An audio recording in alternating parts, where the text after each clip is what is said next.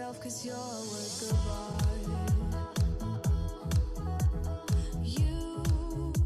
You should know that you are perfect with those flaws. Yeah, you better step into the light, just give it a try. Know that it's time you let that spark out. You've been hiding in the shadows way too long.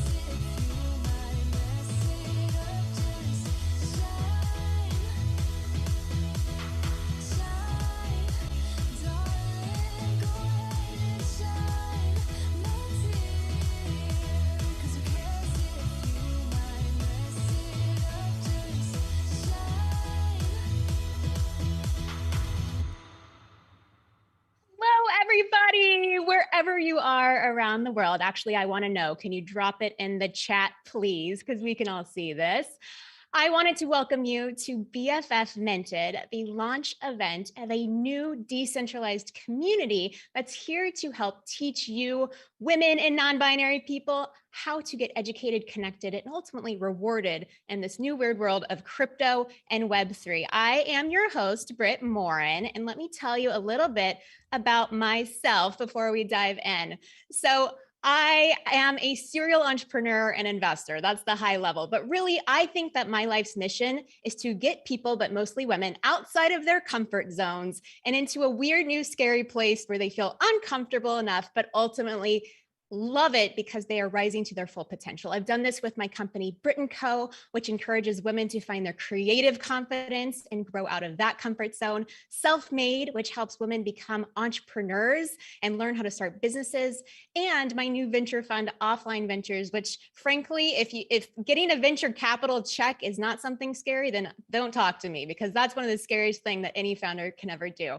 I have been in and around the world of crypto for several years now. This is not new to me. Actually, over 4 years ago, my company, Brit & Co., helped launch an event called Decrypting Crypto. This was a time when only 4% of women were participating in the crypto industry. We're at about 19% now. So we haven't made that much progress, which is why I'm back again today. But I'm not alone. I have got a few friends here. Let's first turn it over to my co-founder of BFF, Jamie Schmidt. Jamie, can you tell us a little bit about yourself?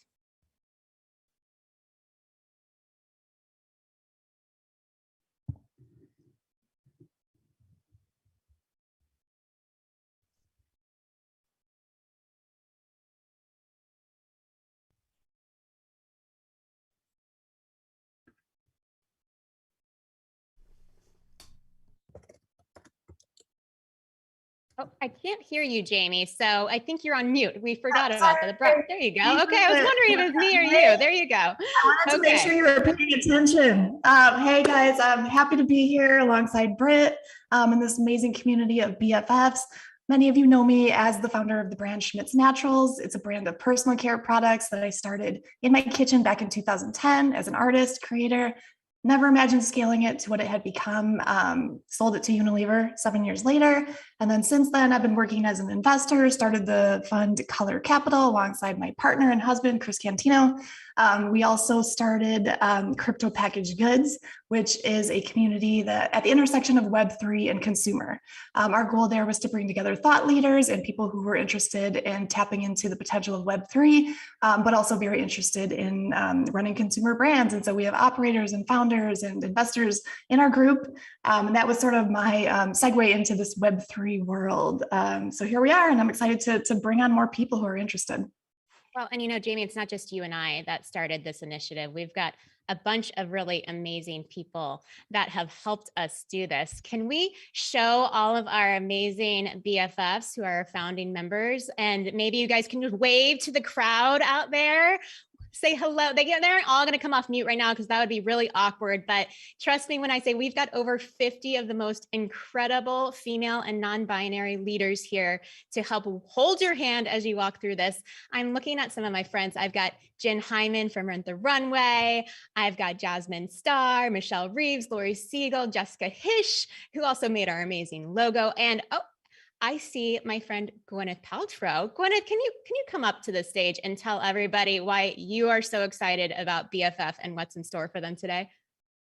Well, I'm just, first of all, let me say, I'm just absolutely thrilled, both just to be here with the founding members of BFF, who are women who are among some of my dearest friends, some entrepreneurs that I admire deeply with all my heart, women who are banded together in the advancement of women. That's really the mission here. And I'm really just so excited to all learn together and to really kind of expose a broader group of interested, like-minded women to the world of crypto. I think we have been largely left out of this conversation as women, and we have watched a lot of these bros get together and earn a lot of money. And I think we deserve to be in the space just as much. I also think that there's a high probability that crypto will really be the future. And even though some people still remain very skeptical, I think it's here to stay. And so therefore we should really be part of it. So thank you to you, Britt, and the amazing Jamie. Thank you.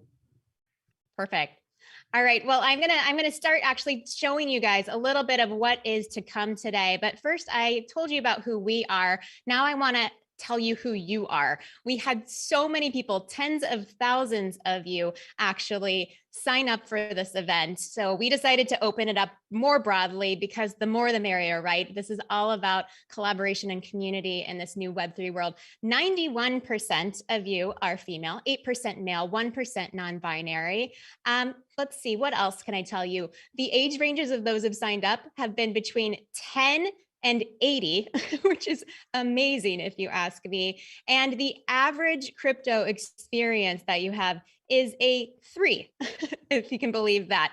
So we are really excited about the idea of trying to teach you what this whole world is and how you can actually take advantage of it right now. I am going to walk you through today a few things. First of all, the agenda for today, which is not coming up on my screen, but I'll just talk through it right here.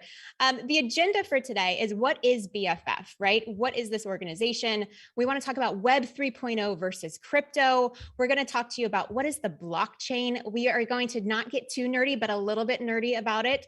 I know a lot of you have questions about the environmental concerns that are happening out there in the world of Bitcoin and a bunch of other blockchains. So let's see if I can share this again. There we go. We also want to talk about how to buy crypto. What are tokens and NFTs? And then if you do stay on long enough, we have a special surprise for you. So I'm really excited about that. If you do not have a crypto wallet and you are excited to set one up, we will be staying on longer than this event runs, which is an hour and a half, by the way, for a one-on-one, not one-on-one, many-on-one crypto office hours with a wallet setup session. A few reminders today, by the way. We want to encourage everyone to always do their own research when it comes to crypto. We know that there are a lot of people out there saying a lot of different things about this world, and we can't always, know what's going to happen next. There are a lot of scammers we want you to be careful about. This is early days. So just know that You have to do your own research and we will help guide you as best we can. Please don't invest more than you can lose if you do choose to invest. And this is not even financial advice during the session. We aren't encouraging you to buy crypto. We are just telling you how it works and how this Web3 ecosystem works. We do want to call out all of our wingmen out there. We are happy about that 8% of male signups. We think it's amazing that there are men out there that support female initiatives like this. And we want everyone to know that we're all beginners. Even those of us on this call, this industry is so new and it's changing every day. We have to understand that it's okay to have a beginner's mind as we enter this world. I am going to actually try to re-share again my screen so that you guys can see it now. Okay, I think that we can try this. Here we go, sharing screen now. And we're having some glitches, but okay. So those were the reminders. I might have to just change up the way that we're screen sharing. So I will do that in a second. But we do want you to know that this is a revolution. We believe that this is a revolution. Maybe I'll just stick with it right here until we come off. This is something that, once in a generation of women happens. We know that for many hundreds of years, women have been fighting for equality. We have been searching for equal rights. This is a new multi-trillion-dollar industry that has been created, and we think that you guys should take part of it. Except for the problem is we're not taking a seat at the table. Actually, several years ago in 2018, there was an article that was written that said the first rule of being a woman in crypto is you don't talk about being a woman in crypto, with the theory that you will get shamed if you are a woman in crypto. So for all of us that want to participate today, we do not want you to feel like you are ostracized for being here. We don't think that you should feel afraid to be a woman in crypto.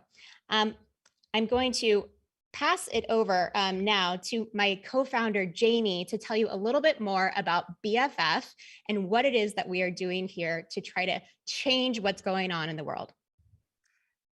Yeah, thanks, Britt. So BFF, are we a brand? Are we a community? Are we a business? What are we? We are a group of people who want to see a more level playing field in Web3. As simple as that. Our goal is to really onboard those who have either felt skeptical or just felt left out or just felt confused. Our first step in that is all of you showing up here tonight. So thank you for being here, and you should feel proud for taking that initiative. We have huge plans for the future, which we are not yet ready to reveal, and which we don't exactly even know how to articulate.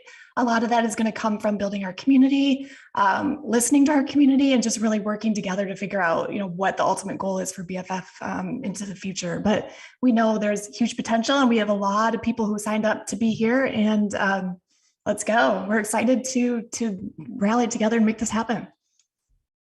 All right, so I want to talk to you about the industry right now. This is a chart of the last 10 years of the cryptocurrency industry. And this includes everything from people buying things like Bitcoin to NFTs and a bunch of other buzzwords you will hear later today. As you can see, this has become a multi-trillion-dollar industry, like I said before. However, the rise in this has really happened just in the last year, and it's just getting started. In the last 12 months, the crypto industry has actually exploded to 135% growth year over year. If you weren't convinced that maybe this is going mainstream, just last week, Facebook, Instagram, and Twitter actually announced that they're going to start supporting NFTs inside of their ecosystems. Facebook actually, as you guys probably know, rebranded to Meta to signal the metaverse and the virtual reality world, which is a big part of Web3, which we'll explain later. Square changed their name to Block to symbolize their support of blockchain technology and everything else going on within the blockchain. Even our good friend Bill Gates said that in the next 2 to 3 years, we'll probably be hosting all of our meetings in the metaverse. So if you can imagine what that looks like, I'm sure that'll be a good time. But I have to say, I'm becoming more and more of a believer myself that this could be true. The Oculus app was actually the most downloaded app on Christmas, and the VR headsets outpaced things like Xbox and Christmas sales in the month of December. If you weren't believing that we are already in the metaverse, you're looking at it right now. We're on the we're in the metaverse, right? We just don't have cool things to wear and put on us yet. Unfortunately, women are not participating. Like I was saying before, only 6% of women in the US have purchased crypto. Men are outpacing women by 2 to 3 times in this category globally. We know that only 5% of NFT creators are female. And we know that only, sadly, 4% of crypto entrepreneurs are female. So we've got a lot of work to do, ladies. I want to show you now what is going on in the world of NFTs, which we'll talk a lot about later in this presentation. But just to give you a sense, there have been many projects happening over the last year. These are like the top 100 NFTs, highest selling NFTs, I should say. If you can't tell women are not participating, then just, send this picture around to all of your friends. What would the world of NFTs look like if women were participating in this industry? Well, it's actually not just for street cred that you're participating. There are real dollars to be had here. This is one of the highest selling NFTs of all time. It's called The First 5,000 Days. It was created by an artist named Beeple that sold for $69 million at Christie's auction house. Each image in this is an image that he took every day for 5,000 days. This is the type of wealth that's possible for people that start participating in this new ecosystem. And I know it sounds scary and strange and weird, but we have to play a part. Just like our friend Reese said, finance, education, and technology are evolving at a rapid rate, and we have to get involved now or get left behind. We all know that we cannot create any sort of revolution while excluding half of the population. So with that, I actually want to tell you more about this BFF thing, but before we do that, I have my good friend here, Mila Kunis, who has actually been part of the crypto world for a while now. She's kind of an OG. So Mila, you are best known as an actress. Where did all of your excitement for Web3 come from? Isn't it sad that like 9 months ago makes me OG? Where did my excitement come from? You know what? I was doing a show with incredible artists who were Oscar-nominated animators and directors, and we realized we couldn't make the show and pay them. And I was like, oh my God, how are we going to do this? And I kept hearing this about this world of Web3 and NFTs and crypto in my house for about 10 years. And I was like, well, it's COVID. So if you can't beat them, join them. And I was stuck in a house, and I had the time to immerse myself in something. And I would like to say Lisa, who's somewhere in this, Sterbakov, and I, my producing partner, we essentially Frankensteined this concept together, being like, this will be easy. How hard can it be? Wait, it was way harder than we thought. I'll tell you, we lost a lot of sleep and grew a lot of gray hairs.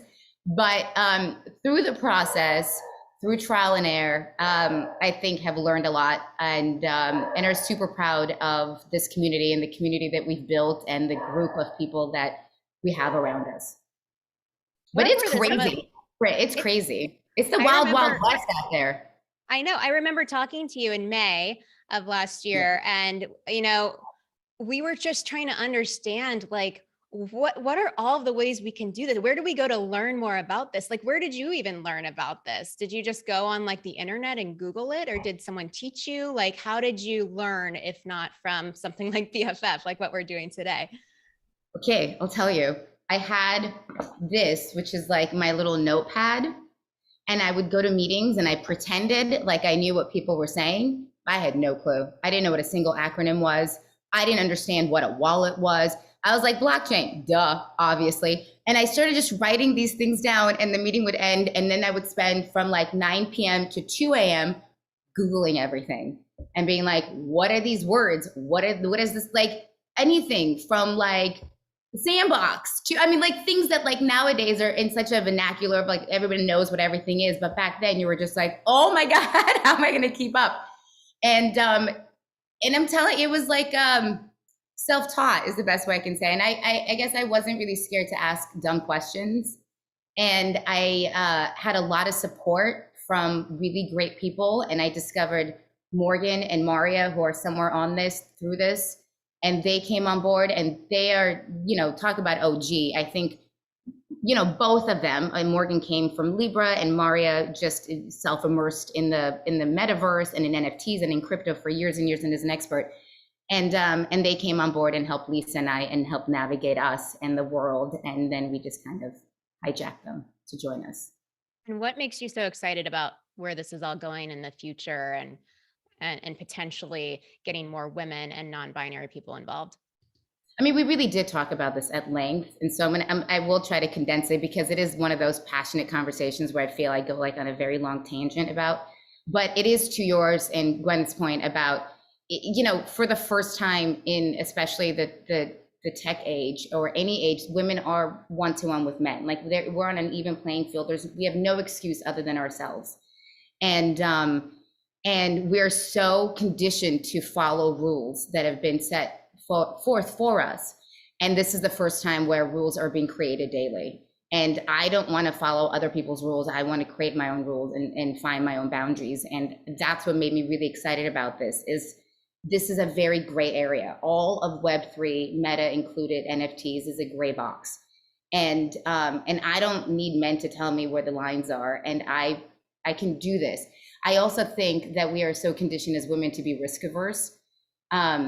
You know, men go make the money. We are taught to save that money, and though men make the money, we're taught to save that money and, you know, coupon. And I think that the youth have a better chance of being risk averse. Like when you're 20, you think you're made of Teflon, you have nothing to lose. You're like, whatever, I'll do this. What's the worst that can happen? And the older you get, the more you realize that there's, you know, all these other things you have to consume yourself with and worry about. And so I think I'm really fortunate in a place in my life where I want to take risks and I want to see what happens. And I have kids and I want my kids to be able to mimic that behavior instead of what their society tells them they should do. I guess my last question for you. Yeah, I totally agree with that. I mean, you have a daughter, right? And that makes you feel like you want her to be living in this world and you need to be the one building it for her, right? Like these are the times where we can build that infrastructure if we participate. Build the world you want to live in, right? Like that's like, this is it. This is the world that you can build that you want to live in. Like we can have that much say and influence in Web3. We have no excuse. And I don't want to look back and say, oh God, I wish I would have just taken that risk. Yeah. So yeah, for sure. So tell us one last question before we wrap is what projects are you most excited about right now besides Stoner Cats, which we're going to talk about later on when we talk about NFTs? BFF, I'm very excited about it. I genuinely am. Okay. I'm not going to shit talk other versions of this that are very male heavy, but there's when we deep dived into this world, there were certain communities that were created by men, essentially for men. It was like another boys club where the majority of the holders of these tokens were 90% men. And I was like, oh my God, I don't want to join another boys club. And then when you called about this, I've never been more excited. This was such an obvious, brilliant innovation in this community, in this world, that I wholeheartedly am most excited about this. I think that for me to say Web3, you know, Meta, Web3, NFT, like call it whatever you want to call it, is moving at such a rapid rate that I think compounded, like the innovation of the past 20 years will be in the next 2 months. You know, the equivalence is just moving so fast. So it's really hard to say, but I think the direction it's all going, the fact that you were able to get this many women on a Zoom to get them excited about cryptocurrency is so cool, Britt. Like I've been dying to do that. I've been screaming about crypto for however long, and people are like, be quiet. So this is the coolest thing. I'm so proud of you. And I'm so proud of the women that you put together and how accessible you're making something feel that feels so intangible to so many people. Well, thank you. And like I said, I mean, this is truly a village. I think, we all know it takes a village. I think we all know that that's how women have survived for hundreds of years now, is by having a village of support. And that's the promise of what this new world offers, is that everyone gets to contribute and own together. So thank you, Mila, so much. I do want to toss it over to my dear friend, Moj Madara, who is a serial entrepreneur and investor and has a few things to say about marginalized people beyond just women in this ecosystem. Moj, come on up. Hi, Britt. Hey there. I think you have a special guest today, don't you? I do. My friend Sheen's here. Sheen, are you here? Hi guys, how's it going? Sheen. First of all, I'm gonna just say congrats to you and Jamie. I'm so impressed. You have put this together with such intense velocity. You have been relentless. You have been on it. And you have accomplished this amazing mosaic of people. And a lot of people here that I love who have made a huge impact in my life. I see Susan Line here. I see the OG person in my life that brought me into this space, Rachel Weiss, who heads up innovation at L'Oreal. So congrats. One of the things you and I have talked a ton about is why this space is important to me and why I care about it. As a gender nonconforming, non-binary person, as someone who recently just had top surgery, someone who's really in the exploration of male, female, gender expression, Sheen actually was my top surgery coach, was my friend that I met on the internet to help me sort of guts my way through this thing. And as we got to know each other, what blew my mind is that we both had this shared understanding of entrepreneurship. And I think in Web3, whether it's for women or people of color or non-binary people, so many of us are often looking for ways to become financially independent and be self-authored financially. And that conversation has been super limited to cis, male, white categories primarily. And so what's awesome about this space is we're on the ground floor. We're still very early days. And I wanted to sort of give Sheen a moment because I don't know anyone else that's built like a 21 unit real estate portfolio through Bitcoin, but I'd love for you to sort of share a little bit, Sheen, about that and how you got into the space like 7 years ago. Yeah, I would love that. Thank you so much. Can you guys hear me okay? Awesome. Okay, great. So first of all, thank you BFFs for having me. This is a dream come true for sure. I met Moj when she was kind of going through it, and I was we went through the same processes, and it's not every day you wake up and you say I'm gonna get my boobies taken off today. So it's a long process, and when we got together, I had no idea as well what she had going on. It was just kind of more connected based on, hey, we're trans or non-binary or anything we want to be, a rock or a Gatorade or whatever, right? And so my entire essence was kind of like growing up as a female. I actually just got my surgery this year with alongside Motion. I always thought like, thank you so much. What am I going to do when I grow up, right? Because I felt like I was so unemployable. So kind of like walking around, a little heavy set dyke, didn't really know what the heck was going on, right? And so I was always worried, kind of like, what am I going to do? My parents lost their house in the 08-09 crisis, and I was living in a car for a while, right? And so I got myself through college and stuff like that, and I took a backpacking trip through Europe the next day. And the next thing I knew, I was kind of trekking through countries, and I just saw Bitcoin accepted, and I was like, what is this Bitcoin, right? And like Mila, I'm an OG for 6 or 7 years ago, and I didn't have much to gain or lose, right? Just coming out of school. And so it was something that I believed in because it was an international way of payment. And I was like, what's better than that? Because I kept losing my money when I went to exchange. So long story short, I called my cousin who is a manager of Wells Fargo. I said, hey, what's in my life savings? I told her to wire it to me. She's like, is this you? Are you sure? Asked me a couple of questions. What was your favorite fruit growing up? So she knew it was me because I was like in Czech Republic and things like that. And I was like, strawberry, send me the 10K. And so put that all in there. And I was called, a loser the whole time. I kind of held it through the bear markets and stuff like that. And then recently became a millionaire by holding by simply just holding.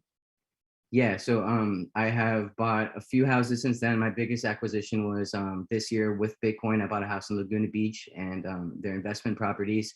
I'm 28 years old, and what I do now is I hold free Sunday sessions for everyone and anyone, just to kind of just share the information. I'm just inspired to share the info that I have so that we can kind of, you know, do this as a team, because now that I'm seeing all these percentages, I'm like, that's not cool. Let's get the girls and, you know, get you guys some skin in the game, and us some skin in the game too. You know, as non-binary people, they don't feel very welcome in a lot of scenarios, but cyber and metaverse and internet and crypto and Bitcoin, it's here for everybody. And I can't wait, you know, to see you guys involved, and this is amazing. Thanks, Sheen. Thanks, Britt, for giving us the floor. And Jamie, for women of color, non-binary people, and minorities, working moms, whatever it is that has you feeling like you can't have access to the financial opportunities, I just think this is like an incredible way to get that knowledge. And I just advise everyone not put anything in the market that you can't lose. But this is the time to learn, because the boys are getting loaded rich doing this stuff. And it's all through inside secrets. It's all through friendship groups like this. And so, yeah, I'm proud of you guys. I'm happy. I'm grateful for the floor. And I hope someone out there who's listening, who feels marginalized in any way, not just their sexuality or ethnicity or religion or financial makeup, can feel like they can make a friend here, because I've made a lot of friends here. And a lot of the people on this page are who I make money with and enjoy making money with. So I hope that you guys get the same too. Thank you. Thank you, Moj. Thank you, Shane, so much. We want to start diving into a lot of the education now. I think we've done an okay job setting the stage of why you guys probably believe that this is something to pay attention to and that it's for everyone out there. Now I want to actually start with a fun little round of buzzwords, because if you're going to participate in Web3 and crypto, you need to know some of the lingo. And if you're ever on Twitter or Discord or in a lot of these channels where a bunch of crypto people hang out, you're probably going to see some of these words and have no idea what they mean. So I'm going to pass it to some of my BFFs here to define them. The first one we have is GM. Pyle, can you tell me what GM means?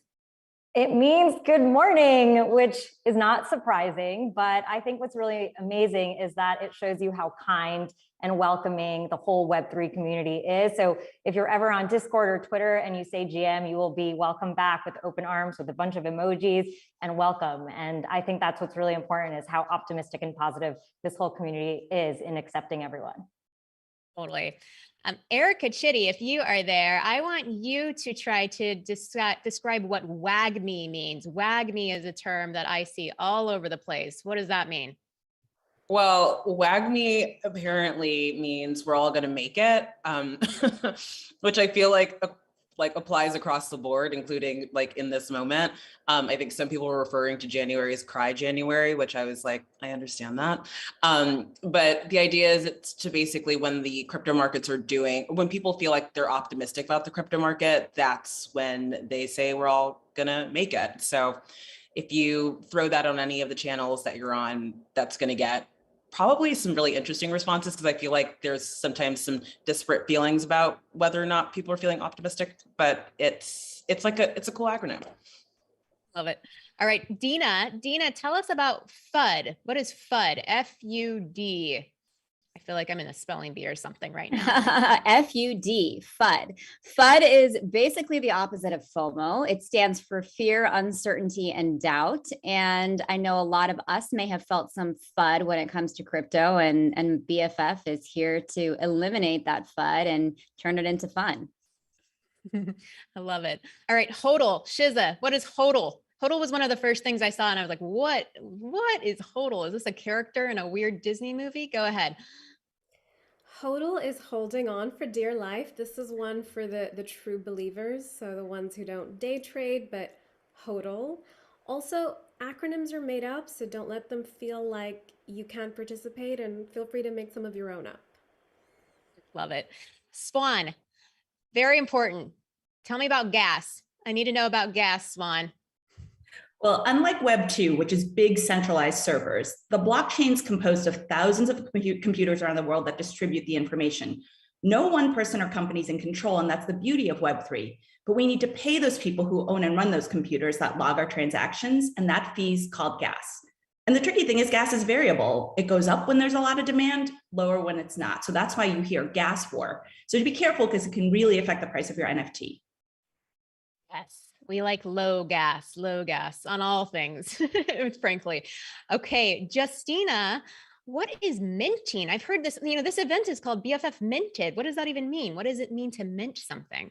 We are minting ourselves right now as a DAO, a community, a group. So excited to be here. To mint something basically just means to create or produce something, and then that something gets recorded on the blockchain. And it's like, you can think of it as, I think of Scrooge McDuck, which my little girl watches all the time. It's like how gold and silver get mined and then they mint coins out of them. So we're minting things on the blockchain. We're minting NFTs. So the way you would use it in a sentence is, I just minted my first NFT. And that's minting. Love it. BFF Minted. Here we go. 2 more left. Amy Porterfield. What does the floor mean? Oh, I think you're on mute, Amy Porterfield. Come on. Okay, how about now? There you go.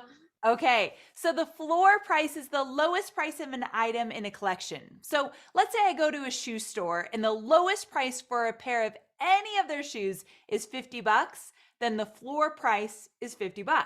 So similarly, if I want to shop an NFT collection, then the floor price is the lowest price of the weakest selling NFT. Love it. Love it. Lastly, if Maria is here, Maria is the one who taught me this acronym, PFP. It's very important. What is a PFP? Hey, so a PFP stands for profile picture, and it's a term that's used to describe a certain type of NFT. So, if you think about the Bored Ape Yacht Club or the crypto punks that you might have seen that people make into their Twitter avatar, PFP is a term used to describe that aesthetic and that style of an NFT collection. Yes, profile photos. And that's what in a Facebook and Twitter also launched last week. Twitter now, if you see hexagon profile photos, it means that's an NFT.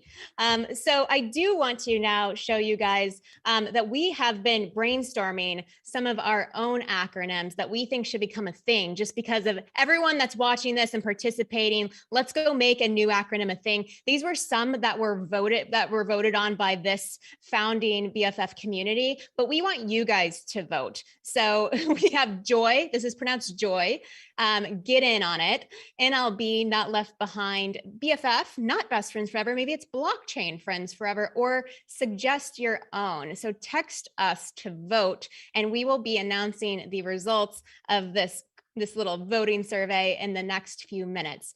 But for right now, I actually want to transition and introduce my friends Sheila Marcello and Alexa Von Tobel as they actually tell you all about what Web3 means and why it's different than crypto. Thanks, Britt. Hey, GEGE, good evening, everyone. I'm Sheila Marcello. I'm founder of care.com. I'm known to many of you, I'm sure, as the mom brand for families, nannies, and babysitters. And that was my first business in Web 2. And now I'm jumping back in as a co-founder of my next company in Web 3 and EdTech. But before I get into any of that, today I really want to introduce, and I'm excited to spend some time with my very good friend, Alexa Von Tobel. She's founder and managing partner of Inspired Capital. She is also an incredible best-selling author of a great book, Financially Forward, super passionate about teaching women about the importance of finance. So Alexa, we're super excited to dig into this massive topic of Web3. How do you define it in its most simplest terms for everyone? Sure, so thank you so much, Sheila, and excited to be here today. As you can see on the slide, this is one of my favorite pictures because it's so simple and it really, Web3, it sounds so hard to kind of wrap your head around, but this is the best visual, which is Web 1.0, which is really early 2000s, was read-only. Web 2.0, which happened, call it, 2005 and onwards, was read and write. And now here we are in 2022, and we're starting to enter Web3, which is read, write, and own. And if you head to the next slide, I can really walk you through a little bit more about what that means, and let's explore this concept. So let's take real examples. Web 1.0, we all remember way back in the day. Let's think about what e-commerce looked like on Web 1.0. Literally, it would be a catalog online. You couldn't do anything with it. It was read only. You couldn't shop, you couldn't buy, you couldn't add it to a cart. It was incredibly simplistic. Fast forward to Web 2.0, which really, that term coined itself in 2005. And there was this great article in 2008 in TechCrunch that said Web 2.0 companies that I can't live without. And it included, little old companies, Gmail, Facebook, Skype, Twitter, and YouTube, which were at the time quite early. And basically what existed then, Sheila, was you could actually start to go not only and see, but you could buy, you could transact, you could refund, put into a cart, and really play back and forth. So fast forward to today, we're really used to Web 2.0, but Web 3.0 sits on blockchain technology. We're going to explain more what that means throughout today. But it really unlocked the ability for a fully open system. So something that we can all see, we can all participate, and it goes beyond just that read write, but it adds this pretty critical feature, which is about owning. And that's the one I think everybody on, visually here today is so enthusiastic about. Sheila, I'd love to quickly pass it to you. You've obviously built a monster company in Web 2.0, you've taken it public, been really successful, and you're working on your next thing. What would you add to how you think about Web 3.0 here?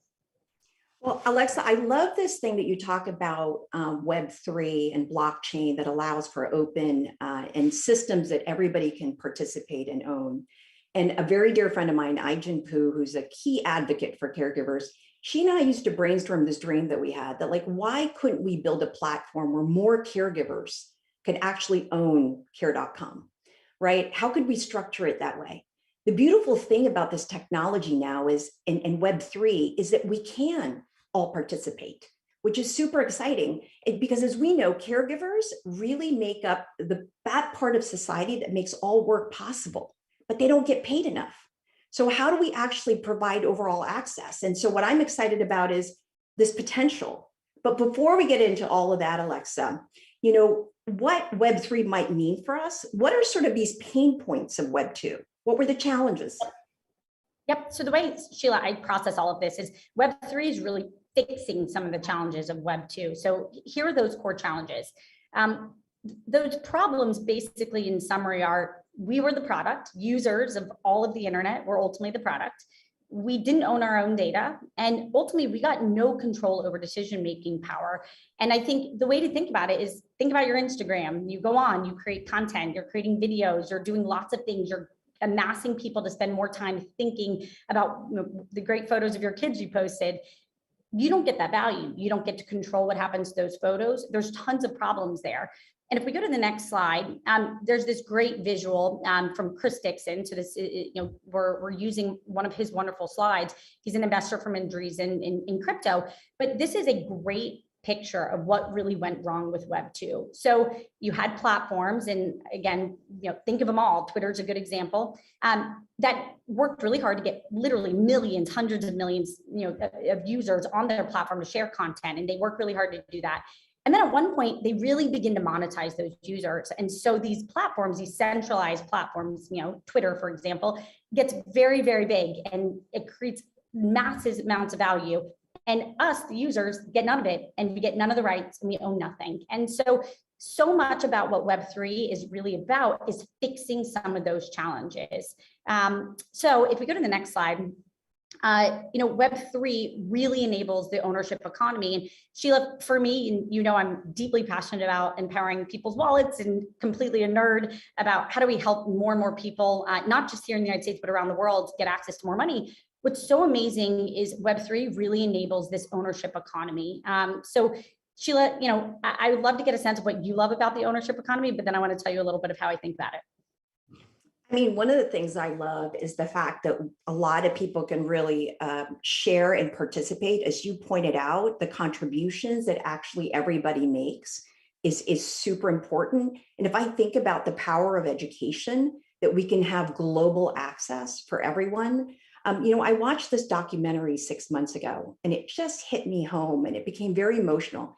And in this documentary, there were poor people from the Philippines on a game called Axie Infinity. It's one of the top crypto companies now, provided by scholarships of another crypto company called YGG, right? That was actually supporting poor people in rural areas in the Philippines to actually earn income higher than the average wage.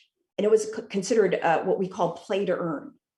And the fact that I scratched my head and I said, wait a minute, and this documentary showed grandmothers opening a crypto wallet, buying Ethereum, which is one of the coins, right? And buying NFTs, playing a game and making money than the average wage. So I knew something was going right overall, that we were ready for consumer applications in the metaverse and to allow people truly global access, Alexa. So it's super, super exciting. We pass it back to you.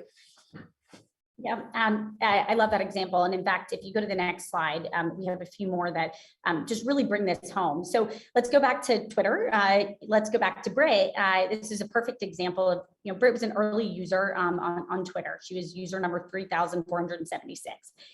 Imagine, Twitter's now worth $28 billion or more, depending on the day. And imagine the fact that Brit went there early. She brought friends. Many of us were early users on Facebook. We brought lots of friends, tons of content. But we didn't get any of the upside, not 1 ounce. And that really is the difference of Web 2 to Web 3. It's the fact, and Web 3 is going to feel in so many ways just like the internet, right? It's not going to be this totally new shift. It's going to feel like a seamless transition, but it has this incredible unlock that's going to allow people all over the planet. Sheila had a great example of grandmothers, people all over the planet who get upside. I want to use one more quick example, just and Brit really wanted to use Destiny's Child, so thank you, Brit, here. So let's go back to the 1990s. We all love Destiny's Child, great music. Let's just say you were a huge fan of early Beyonce. You just were like, this girl is on fire. You could be an early fan. You could get access to being an early follower of her, get a token out of that. Follow her, show up at every concert, tweet about her, share everything, help her get big. And fast forward to the next slide, when she literally becomes Beyonce, you would have been able to not only align that fandom, it's truly about alignment to upside. You were there early, you supported her, you shared content, you bought tickets, you got dropped early access to content she created. But fundamentally, you then got to make money on the fact that you helped this amazing artist continue to get bigger. And that can happen literally for millions of people, which is amazing. And for a Beyonce, it means perfect alignment to their fans. There's no record company in the middle that really, makes it hard for them to actually know who their fans are. So in short, that's a really good example of when we say ownership, it means doing the things you like to do already, but just getting paid for them fairly. And I think that's pretty exciting for what it can mean. Let's go to the last slide. So what are some of the exciting implications then for all of this? I mean, I love Beyonce. I mean, what are the kinds of things that happens now? So, I think, and again, this is a great slide from Punk 6529 that really just shows where are we in this journey. And the headline is, Web 1.0 took about 15 years. Web 2.0 took maybe 10 years. I can't tell you how fast Web 3.0 is going to happen, but it could happen a lot faster. And basically, we're in the early innings here, and it begins to show you how this is going to move. It's collectibles and art and gaming, but soon it's going to move beyond into culture, metaverse. I would argue it's already in culture in many ways, but we're in the early innings, and we can see so much happening. So, Sheila, I'd love for you to wrap this up and add anything I missed, but Web 3 is just truly exciting. We couldn't be more pumped to be here today. I mean, it's really here and now. Alexa, I think what's so exciting is that we're all here tonight to do this together. We're actually all learning together. Britt emphasized this. This is all about learning together, and we're all beginners. We're crafting together. That means as crafters, we own Web3 together. As Mila and Britt said, let's build this world together that you want to live in. So I'm going to pass it over to my friend, Britt. Amazing. Oh my gosh, you guys. I think that was really helpful for a lot of people from what I've been hearing. And I think we're just skimming the surface. Like I said, next up, we are going to get a little bit more technical. As you see, we're going deeper and deeper. Okay, guys, just hang in there. All right.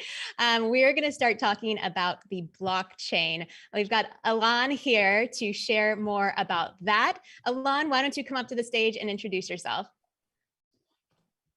Awesome. What's up, everyone? My name is Alon. I'm a developer advocate at Alchemy. That's alchemy.com. If you're a builder in the space, definitely check it out.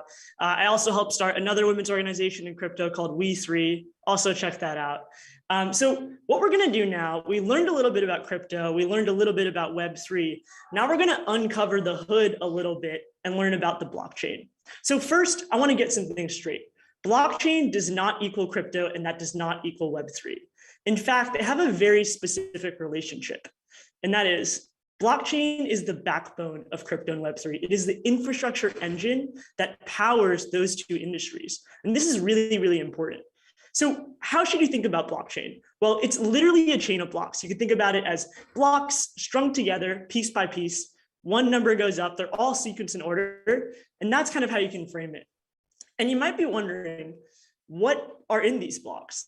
Well, blocks you can literally think about as storage units, right? So they're storage units that store arbitrary data, and that depends on the blockchain's implementation. So it can store different types of things. So we're gonna look at an example real quick. And this is a very specific example. We're gonna look at Bitcoin. And when I say Bitcoin, I actually mean Bitcoin, the blockchain, not the currency. We all are very, very familiar with Bitcoin as a currency. Bitcoin is really what took crypto to the mainstream. It's kind of the first cryptocurrency. It's really what made it popular. We're going to uncover the hood on Bitcoin as a blockchain. So let's get into it. So don't be intimidated. There's a bunch of numbers here. There's numbers and letters and cryptographic hashes, and this can be very intimidating. Don't be intimidated. We're going to break this down right now. So this is Bitcoin block 720142. And what I literally did is went online the other night, took a screenshot of a Bitcoin block explorer, and then pasted it in here. And this is this whole concept of things being public. Anyone can see any transactions that happen on the blockchain. So in the case of Bitcoin, Bitcoin stores transactions. Remember, blockchains are just storage units. So Bitcoin stores transactions. In this block specifically, we have 968 transactions. We see that in the top left corner here. If you go to the next slide, you can see that each of these transactions has a unique hash, and these are called transaction hashes. You can think about transaction hashes like receipts, like digital receipts, right? So if I go to the grocery store and I'm like buyer number 49, then I have 49 on my receipt. That's like what a transaction hash is. They're all unique identifiers. Transactions also have a unique value associated with them. So if we look at this first transaction here, this person sent 4 Bitcoin to someone else. That's a lot of money. So this is kind of a crazy transaction, but they have a specific value associated with them. We'll go to the next slide. And then they also have an input and output. So this is like the sender and the receiver. So every transaction has these sort of basic components, input, output, value, all of those things that we're familiar with. So how is this different from normal financial transactions? How does this differ from what we use every day? Well, let's break down what happens when you do a normal transaction. Let's say I go to a coffee shop and I want to buy a cup of coffee. I often use my credit card to do that. And what happens with that credit card transaction is it gets sent to my bank, and my bank reduces a certain amount of money from my account and maybe adds a certain amount of money to the coffee shop's account, right? And that bank is this central party that's controlling the checks and balances of our accounts. Now, where does that information get stored? Well, it actually gets stored in this third component here, which are servers. And these are private data servers. You might have heard this term server before. It's basically like a private storage unit that the bank controls. And this is a really, really important factor, right? The bank is controlling all of this information. So if banks were to one day wake up and say, hey, I'm feeling very malicious against Alon, they could go in and modify the amount of money I had. And because they're the only beholders of the truth, I couldn't really do anything about it. They controlled the data servers. This is really important.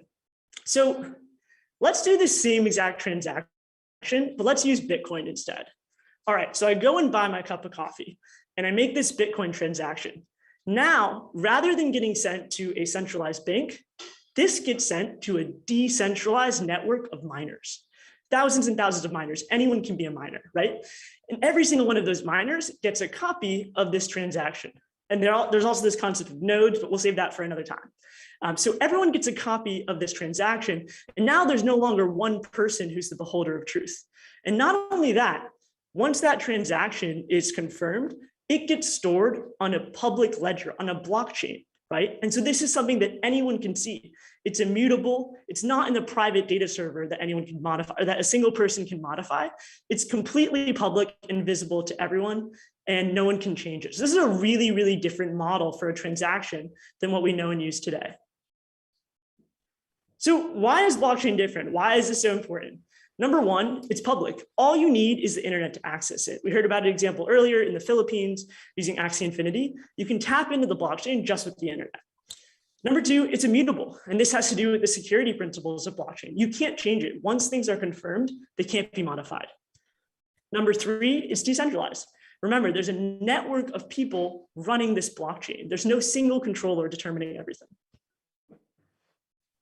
Number four, it operates 24/7. So no more 9 to 5 waiting for the banks to open up and using it when people can actually go in and work. This whole thing is run by code. So a lot of the times people say crypto never sleeps. This is why. It's completely automated. It's run by code. You don't have to worry about people behind it moving the levers. So you might be thinking, wow, those are amazing traits. But what if I want to do more than just transactions? What if I want to do more than just transact? So let's talk about Ethereum. All right, how is Ethereum different? The analogy I like to give is if Bitcoin is a simple calculator, then Ethereum is a smartphone. So it can do everything that Bitcoin can and more. And the reason is Ethereum allows you to store both transactions and arbitrary code. So now you can have things like NFTs and these applications and transact. So let's take a look at some examples that we could build. One, decentralized bank. So rather than having this central party determining your bank account, anyone can spin up a bank account and not have to go give their social security number or do all these things and get approved. You can just instantly get access to a bank. There's all these digital ownership marketplaces. So we talked about some examples of investing in creators. There's these whole new economies being created because of this. And then one that really stuck with me was this idea of global supply chain tracking. So provenance. If you don't know what provenance means, it's basically like, we have this global economy of products. How do we track every single hand that that product gets placed in before it gets to me? We can do that using the blockchain because of its properties. What I really want to leave you with here is this is the internet today. There are all these applications, Uber, Facebook, Twitter, YouTube. All of these applications that sort of run Web 2 right now are siloed in data servers. They all control their data, only their teams can look at it, and none of it is shared. They own the data that we kind of produce. Now, the internet of tomorrow is this. It's blockchain. It's everyone is sharing the same information. Everyone has the same database, and that means your application is on the same level as everyone else, no matter what. You're all tapping into that same information. And so to give you some concrete examples about what this means, 1Password. So because I have this digital identity, rather than maintaining 100 logins and forgetting all these passwords, that digital login can take with me, I can take it with me everywhere. Because remember, everyone's tapping into the same database. Number two, your network, your friends. All of my friends that I added on Facebook, and my generation doesn't really use Facebook as much anymore, or more Instagram, but all my followers and friends on Instagram, I can take them over to LinkedIn because those connections are stored on the blockchain. And LinkedIn can know that I have those connections because we're all looking at that database. And then lastly is this concept of ownership. So one kind of concrete example here is, my brother is a professional video gamer, so I like to use this example. If he acquires a sword, a magical sword, in the video game he plays is called Overwatch. So let's say he acquires this magical sword in Overwatch. He can now transfer that to another game like Fortnite. And it stays with him because he has one digital identity. So there's entirely new economies and entirely new products that can be produced from this technology. So the thought I want to leave all of you guys with is, what is something in your life that you think can be revolutionized by a decentralized and public network? And thank you. Wow. Well, thank you, Alon. I'm pretty sure you just stole the show. I mean, this was I think the hardest and most central core topic to understand. And you made it seem like I was learning calculus in preschool and totally getting it. So thank you so much for that. I hope everyone out there at least understands a little bit more about blockchain. This is the foundation of everything for crypto and Web3 and beyond. And this is why we're so excited about the future. Now, to switch gears a bit, there's something that maybe you might want to learn how to do, which is how to buy crypto. So with that, we also have our friend Ariel, who's here from the company Ledger, which is actually a crypto wallet brand, who's here to introduce how to actually buy crypto. Ariel, come to the stage and say hello. Hello, everyone. Yes, I'm Ariel, and I'm live from Paris. So for me, I kind of feel like I'm at a sleepover with all my BFFs learning. So Ilana, I wish that you had been a part of so many elements of my education and everyone who's been on stage because I wish that I had you all. But congratulations, because you know the acronyms, you've learned about the space, you are now experts more than most people in the world. And I just want to contextualize it a little bit because you are still very early in Web3 and crypto. In 2017, there were about 50 million people who were participating in crypto. And 2020, we had about 300 million. So contextualizing that into the greater world, there's still a lot to do. So take a deep breath. Now that you've learned, you could actually buy. So let's go to the next slide and talk about it a little bit. So a few of the key takeaways here when you're thinking about purchasing crypto, just as it was spoken about before, there are many different choices that you can make, whether it's Bitcoin, Ethereum, Solana. We're seeing some of the market volatility in the bear market. Don't worry, we're going to get through it. But it's really important that you do your research. Take a deep breath.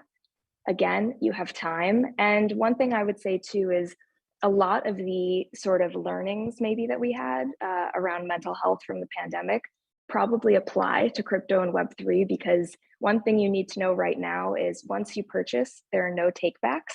And if you accidentally send something to the wrong wallet or you hit the wrong button, right now, there is no undo. So when you're looking to make your first purchases, really think about, okay, do I know that I'm sending this to the right address?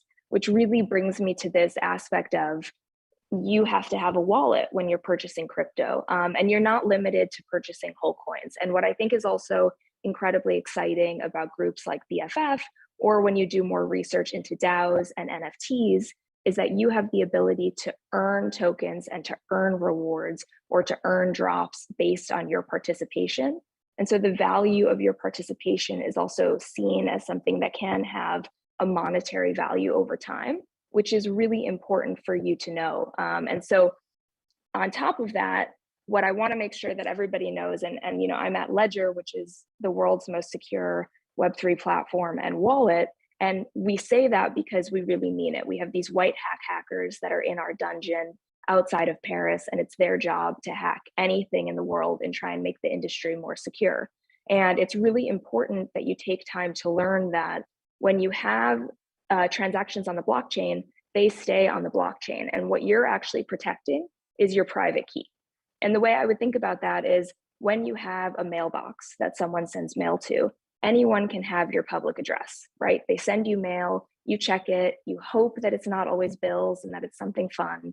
But you're the only one that should have your private key. You want to have your private mailbox key to see what's inside of it. And if other people get your private mailbox key, they can take sensitive information from you. Like think about, when you're a younger teen as a BFF, if your mom or your parent found your diary and they had your private key, it's kind of a bummer. So think about that from monetary value. That's why with your wallet, you really want to keep things secure, and you want to do it at the beginning because it's hard to go backwards. And so when you're thinking about a wallet, there's basically, you don't want to make these mistakes. And so there's two different types. There's a hot wallet and a cold wallet. And I know once again, the acronyms can be sort of silly, but one thing that I also think is exciting about this moment is so much of the conversation for women traditionally around finances is very stigmatized. With crypto, we really have an opportunity in Web3 to remove those challenges and the way that we communicate with each other about money.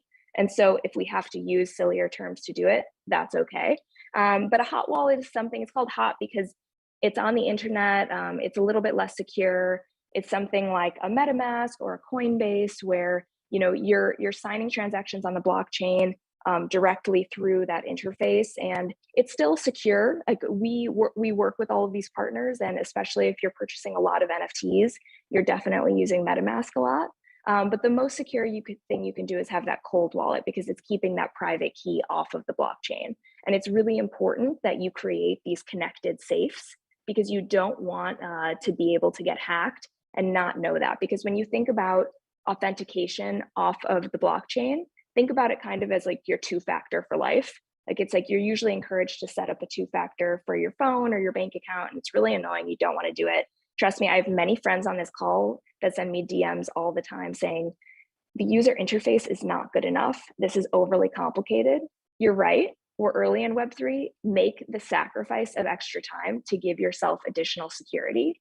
And then additionally, you know, it's really important to understand that when you get your private key, you're going to write it down, you're going to hide it, you're going to feel like you're in a heist film, you're not going to tell anyone what your private seed phrase is. And if anyone asks you any questions for your private phrase, you know that that's someone trying to scam or hack you. So please, please, please make sure that you take a deep breath and don't share that information. And we'll continue to see this evolve over time. You know, we're seeing companies like Square announce that they're getting into the wallet game, others as well, and that'll bring more adoption into the space, and that's what we want. We just want to make sure that the ecosystem stays secure. And so in order to securely buy Ethereum, you can do that through your connected interface. For us, we encourage doing that through Ledger Live because it will allow you to actually convert. You know, you've heard a little bit before already about these on and off ramps, but you can take the stable currency of where you live around the world. And I say that because the beauty of crypto is that it's growing at the same rate internationally as it is in places like the United States or France, where I am right now. And basically you can convert it into ETH or into Bitcoin. You can swap through these things called exchanges. And then once you've created your swap, you can then utilize your exchange to basically be able to purchase that non-fungible token, your NFT, or if you're staking, or you know, many other terms that I'm sure BFF will be diving into later. So as you can see here, there's verification tools throughout the process that you know you're sending to the right address through it. And it's just really important to remember, we're at mainstream curiosity, not mainstream adoption. And if we want to get to adoption, we have to do it securely. So tell your friends, take the extra step, and you know, we've got this. It's going to be great. Amazing. Thank you so much, Ariel. And for anyone that was over their heads, just know after this ends, we actually have a special session as a reminder to set up your wallet and explain it in like kindergarten terms, like we did the blockchain. We're actually going to show you what it's like to walk through that on a screen share. So you'll see exactly what it's like to do that, where you make your account, what you need to even click on. You will get walked through that if you stay on this call. Okay, I want to come back with the results of the acronym vote. This is very important. We had a few additional contenders actually that chimed in. One that I really like is OCD, obsessive crypto disorder. I think that's a clever one. Well done out there. A lot of women's specific ones. GML, good morning, ladies. WIC, women in crypto, or WWC, women winning crypto. But by far the most popular one, and we seriously didn't rig this, you guys, was BFF, blockchain friends forever. So I think we're going to have to just make this a phrase that we use like in sentences. Maybe we'll actually like scare the guys because they'll think we mean best friends, but it's actually blockchain friends. I don't know. So we're all BFFs in a whole new way. I love that.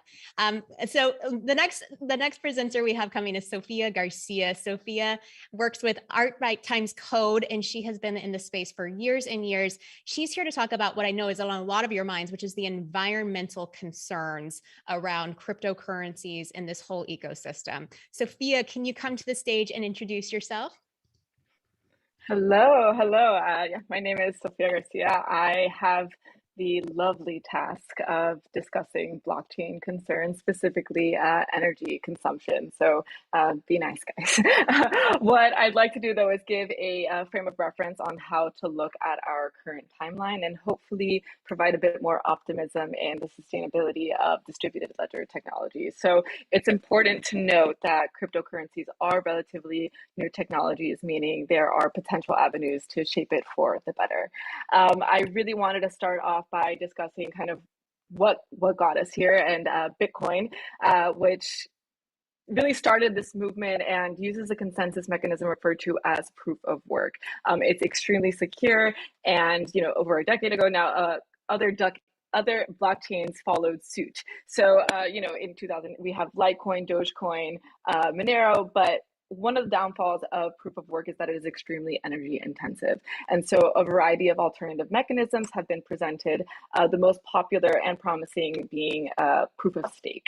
So in the last 5 years, we've seen blockchains embrace proof of stake in order to avoid the computational cost of the proof of work scheme. So this protocol works a little bit differently. It works by selecting validators in proportion to the quantity of their holdings. You can look more into it after, but researchers at the University College London concluded that their energy consumption per transaction is at a minimum 2 to 3 orders of magnitude lower than that of Bitcoin. Ethereum is one of the most popular blockchains right now, and it is moving over to its consensus layer this year, which will be running on proof of stake, which is a huge win for everyone, and will drop its energy consumption by over 99%, which is huge. And yeah. Can I chime in, Sophia? Because Yeah, I just want to please. make sure that people really understand this. Because, basically what's happened is proof of stake, these words don't make sense. They didn't make sense to me, so I'm sure they don't make sense to a lot of you out there. Basically, we're moving from making computers do a lot of the work to having people do this work. And so therefore, there's not as much energy consumption, right? Because they're human beings. And like Sophia said, I think the really awesome part is that, a lot of this is getting reduced by literally 99.9%. So the energy consumption rate is going drastically down.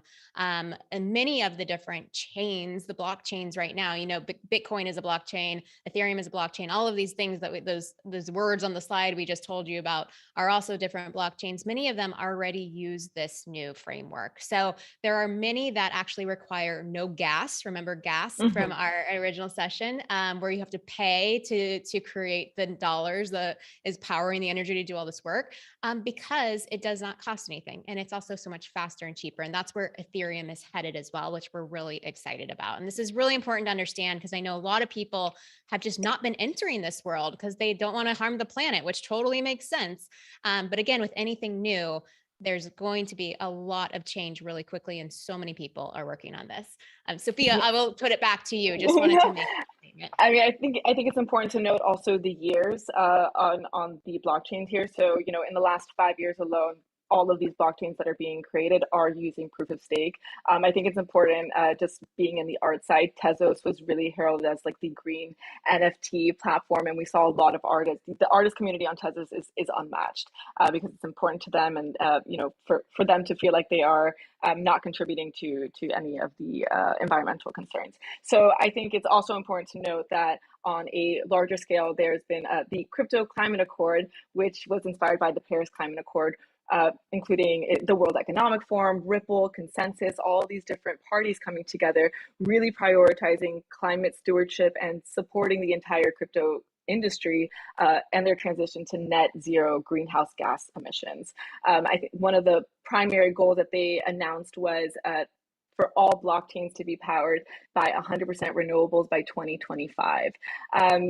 Among the different solutions that they look at, one of the most interesting right now in this kind of this interim of the innovation period is carbon offsets. So one thing that a lot of companies are coming in together to do is put money towards conservation in the Amazons, forest protection, conservation efforts in wind energy. It's a really, really huge, massive opportunity now to be able to participate and offset anything. So one example I have on the next slide is Artblocks, a company that I love. They've Art Blocks alone has offset 20,000 tons of CO2 emissions just in the last year alone. And this is just one example of one platform that they've used to do that. So this is really just to say that we have the power to come together. We can all join the conversation the best way we can. And I think it's really important that this new movement needs new voices. And so I'll, of course, be the change we wish to see in the world, and let's make crypto green. Love it. Beautiful. Thank you so much, Sophia. Before we jump into NFTs with my friend Randy Zuckerberg, I want to actually just recap a little bit of where we've been, because we're going to start pulling this all together. You guys are going to start seeing this all maybe start to make sense. It's okay if it's a little fuzzy still. I want to show you a few images of what kinds of things you probably already own, right? Or you might seek to own: a house, a car, art. You might collect records, you might collect books, you might collect sneakers or fashion or jewelry. You are effectively the perfect candidate to be living in a Web 3.0 world. All of these things that you are collecting are things that you can own, and you can find other people that own, and you make your value, your profit, your wealth as more and more people want to own them. It's just like having a stamp collection or a spoon collection or, trading card collection. And that's where Randy Zuckerberg is going to come in and bridge us into the world of NFTs by first explaining WTF is an NFT. Randy, over to you. Woohoo! Well, first of all, I am loving this event. I'm learning so much. And I'm going to admit to all of you that I'm incredibly nervous right now, because I only just got into the NFT space a few months ago. I mean, would you take piano lessons from someone who just started playing a few months ago? But that's the space. And so if I can go from total beginner to presenting to all of you, just imagine how much you're going to learn in the coming weeks and months. So first of all, let's just examine human behavior. We love collecting random shit. Like we love doing it. Maybe you collected Beanie Babies. Maybe you're one of millions of people who collected sports. I collect Broadway playbills because I'm that show tunes nerd. Whatever your collection, maybe you've sold some, maybe you organize them in binders. Probably someone in your life at some point has turned to you and asked, like, ugh, why are you holding on to those things, and judged you.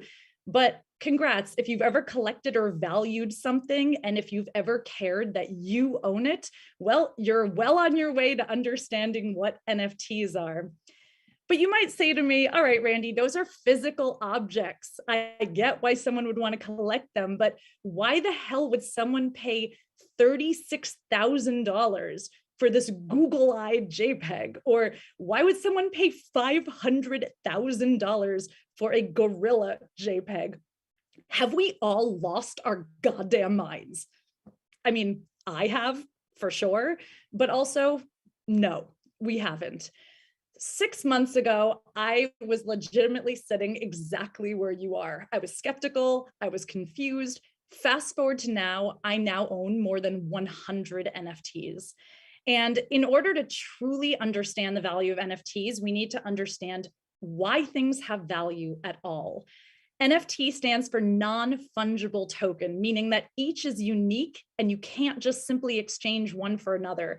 If I say, if I give Britt a $20 bill and then I say, oh wait, no, hold on, no, let me give you this 20 instead, Britt is definitely gonna think I'm nuts.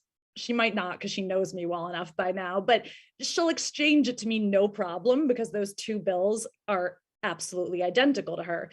But if I say, hey, Britt, lend me your phone, and she gives it to me, and then I try to give her a different phone back, yeah, she's not going to be my friend anymore, because that phone, even though those two phones might look identical, one of them has a lot more value to her than the other.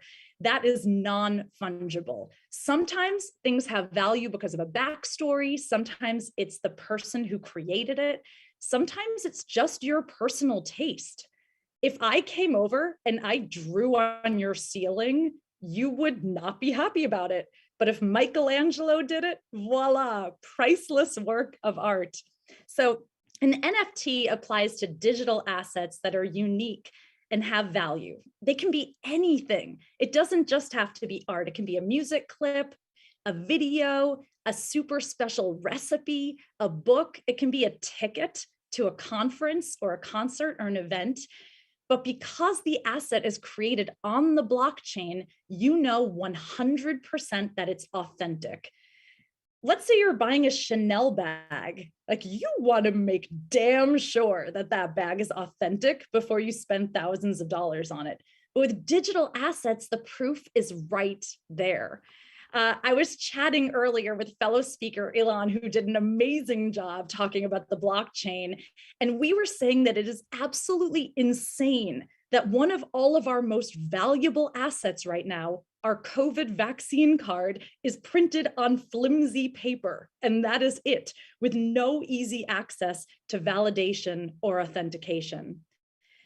And the great thing about NFTs is that artists love it, because not only do they get to sell their work the first time, but they now get royalties on every sale of art in the future.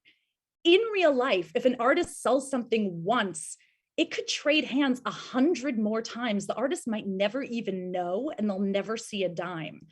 But put something on the blockchain, and an artist or a creator or a musician could get royalties for decades, which is absolutely game-changing for people in creative industries. All right, so maybe you're still sitting there and you're like, hey, Randy, can't you just right-click, save the file, and then it's exactly the same as buying the NFT? I mean, sure, you could walk through the Louvre and take photos of every single piece of art in there, and then you could go buy postcards of them in the gift shop, but you don't own that art by doing it. Because NFTs are recorded on this magical blockchain, you know that you own the one and only true copy of something.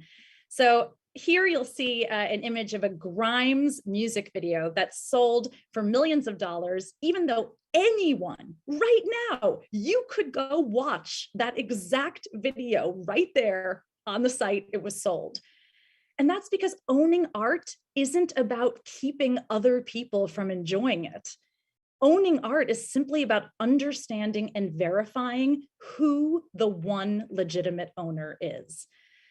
I also want to say, we've been talking a lot about wealth today and wealth generation, but there are so many reasons that people buy an asset, physical or digital, that isn't about the money at all.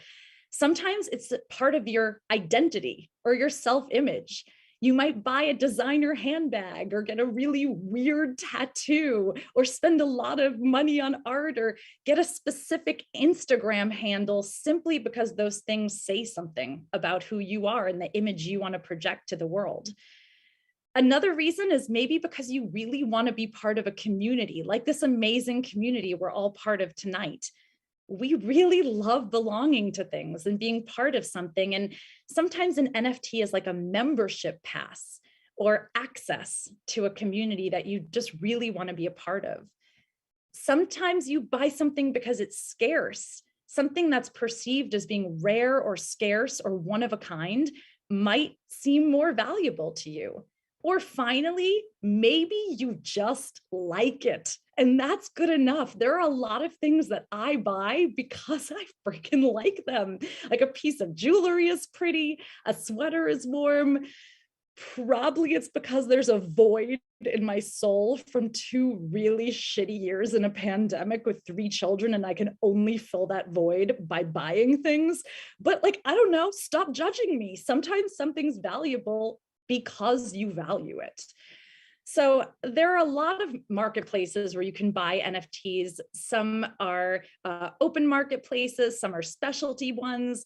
You'll see here on the right, this is an NFT. I woke up this morning and my 7-year-old had done this sketch. So I don't know, is that like good parenting, awesome parenting, terrible parenting, who knows? But while you're searching for an NFT, you can typically sort by price, scarcity, or specific feature. Then you click connect to your wallet. Don't panic if you don't have one yet. Make sure you have enough crypto to cover the purchase and those transaction fees that we've been talking about all evening. And then voila, the purchase is recorded on the blockchain with you as the new rightful owner. You can then choose to hold it or sell it, A lot of times, if I like a specific collection, I'll buy more than one so I can sell one and keep one. But by far, my favorite thing about my NFT portfolio is that it entirely consists of women-led projects. I think our wallet and how we spend our money is one of the biggest tools for activism that each and every single one of us has.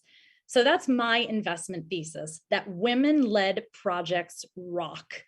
And oh, by the way, my portfolio is crushing it right now because women-led projects are absolutely on fire.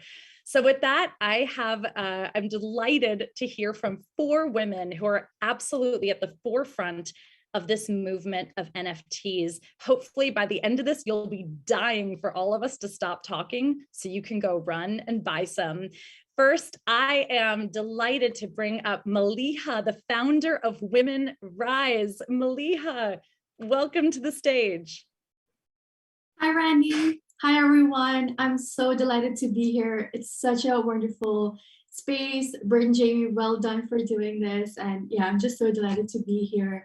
I'm really, really honored to share about Women Rise. So to start with a formal introduction, my name is Maliha Abdi. I'm an artist and an author and an activist, and also the creator and artist of Women Rise. So Women Rise is an extension of the work that I've been doing for the past 9 years for women's rights and girls' education.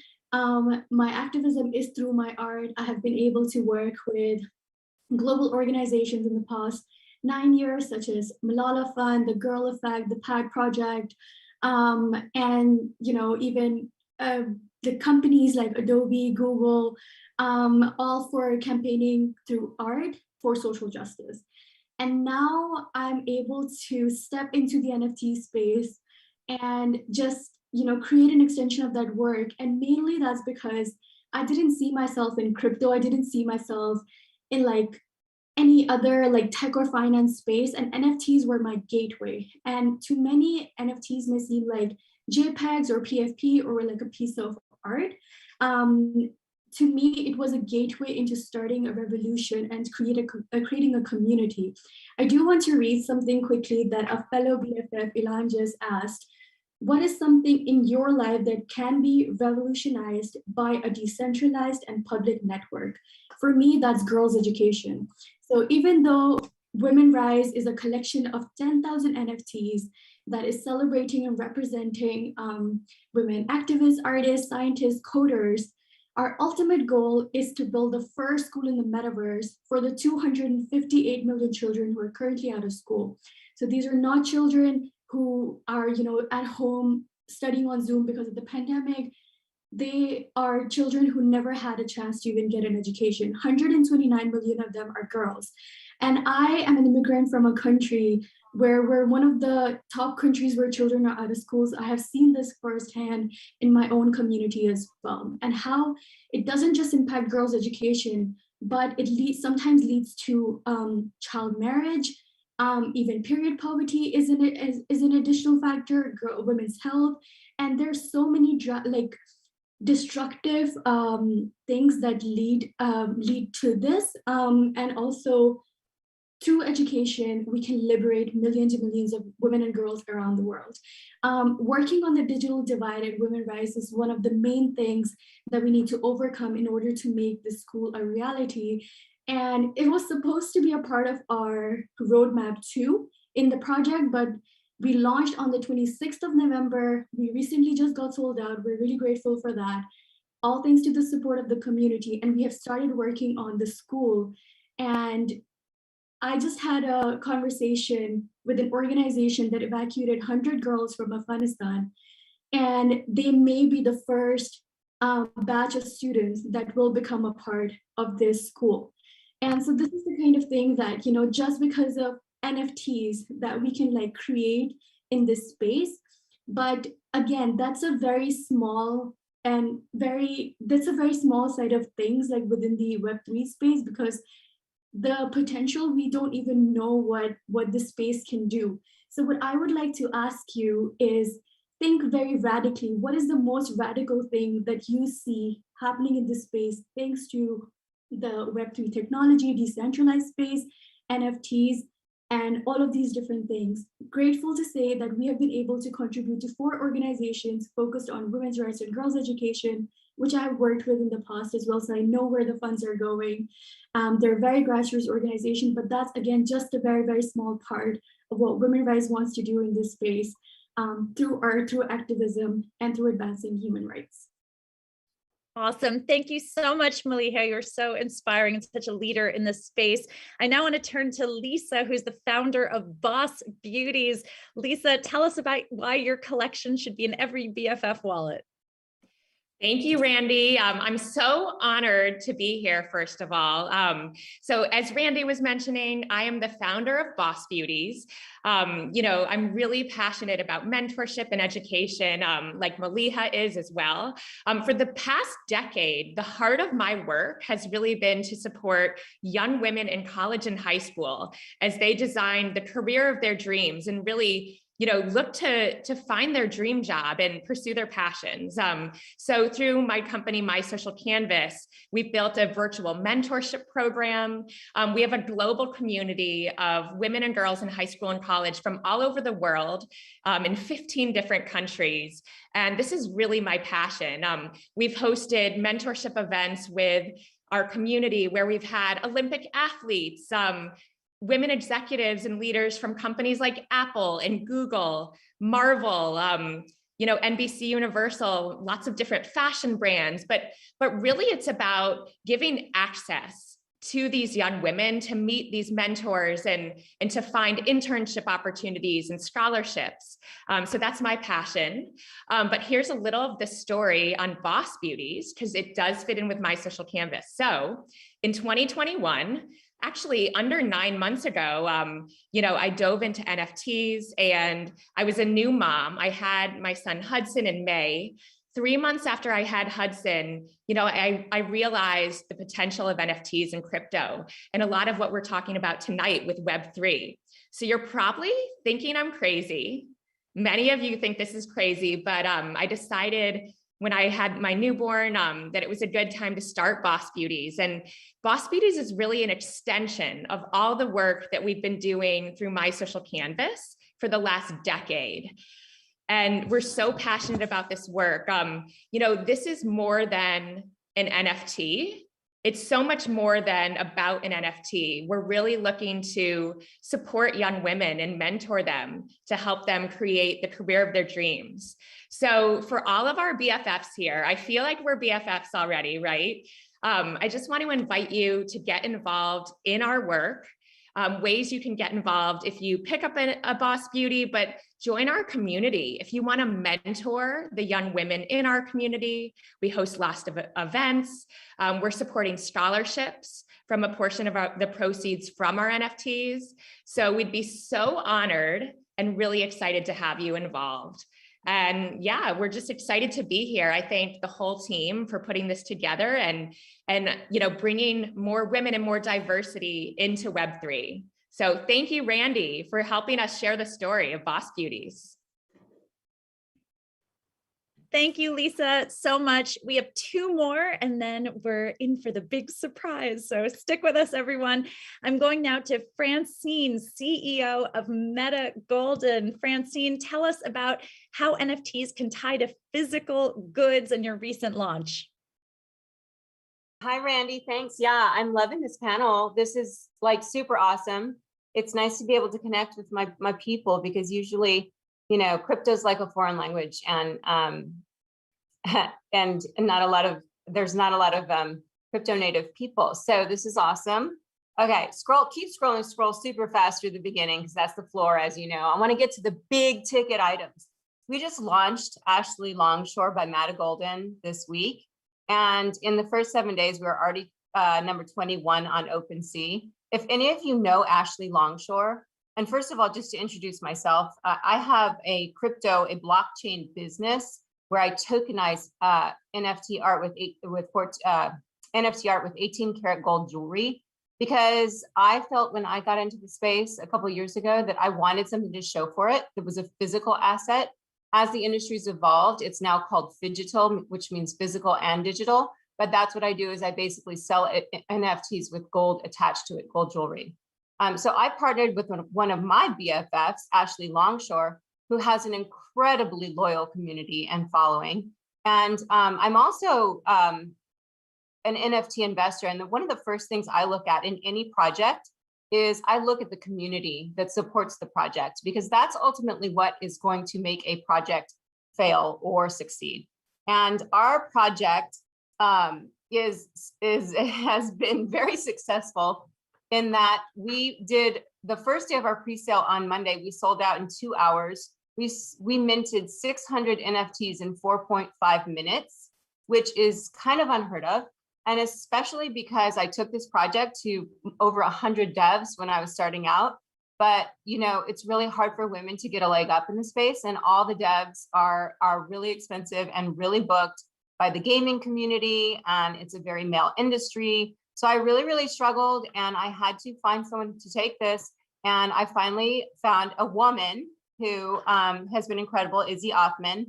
And she took the challenge on with me, and everyone said we'd fail. No one wanted it. And yet here we are kicking ass. I know that Britt bought one. I think Lisa Sugar tried to buy one, a lot of the founders in this community. But Lisa, I'm still going to get you one. I'm still working on it. There are hundreds of people on the waiting list, hundreds and hundreds and hundreds actually, that I have personally been working to onboard into the space. And Ashley's work just speaks for itself. I mean, if you actually go and click on one, I got Kate Moss, you can stop there and just kind of show the detail.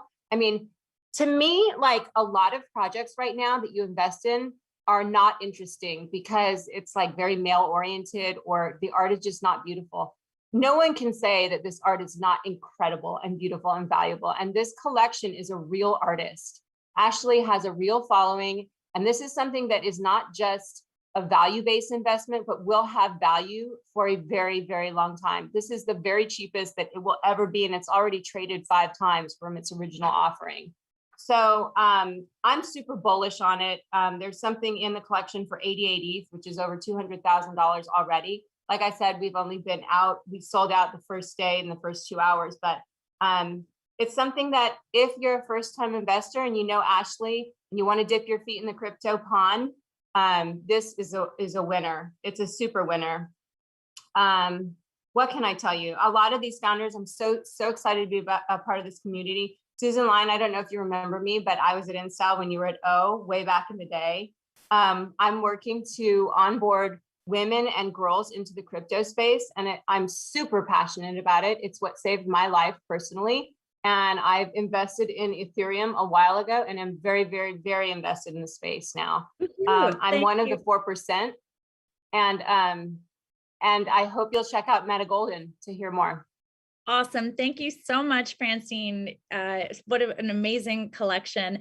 And to take it all home, the woman who started it off, Mila, come talk to us Baby, I mean, hold on. There's a whole sidebar conversation I was having with Lisa Sturbakov. I was like, talk about lowbrow, highbrow. Look it. Not all NFTs are created equal. Yes, ours is called Stoner Cats, Randy. So the first thing I want to say is, and I do want to make this short because I know we're running over, is I don't ever want people going into NFTs thinking that it is an investment. Like it is, don't go into it because you love it, because you think it's beautiful, because it's something that brings you joy, that makes you happy, that gives you some sort of just happiness. I think going into any investment, looking into this is that the SEC will come after you. So I do want to make this very clear. Do not go into this being like, oh, this is how you're going to make money. Go into this because it's fun, it's great, and you want to be a part of the community and you support the people behind it and you want to invest in the creators or the artists. That's the reason to do it. Okay, Stoner Cats. Why we did Stoner Cats? Because we love the artists. We supported our artists and we realized the artists could not pay their rent. And we tried to figure out a way to make it work with the studio that we had sold this to, and we couldn't. And we were like, listen, crypto community, the NFT community, the Web3 community, the blockchain allows the artists to have royalties during the existence of the artwork, during the existence for us, it's an animated show, and it gives them creative freedom. They have no one over them telling them what and how they can create things. And that was our basis for this. We created a show. With the show, we gave out NFTs. So look at our NFTs almost like merch. It's kind of just like, and here's a poster.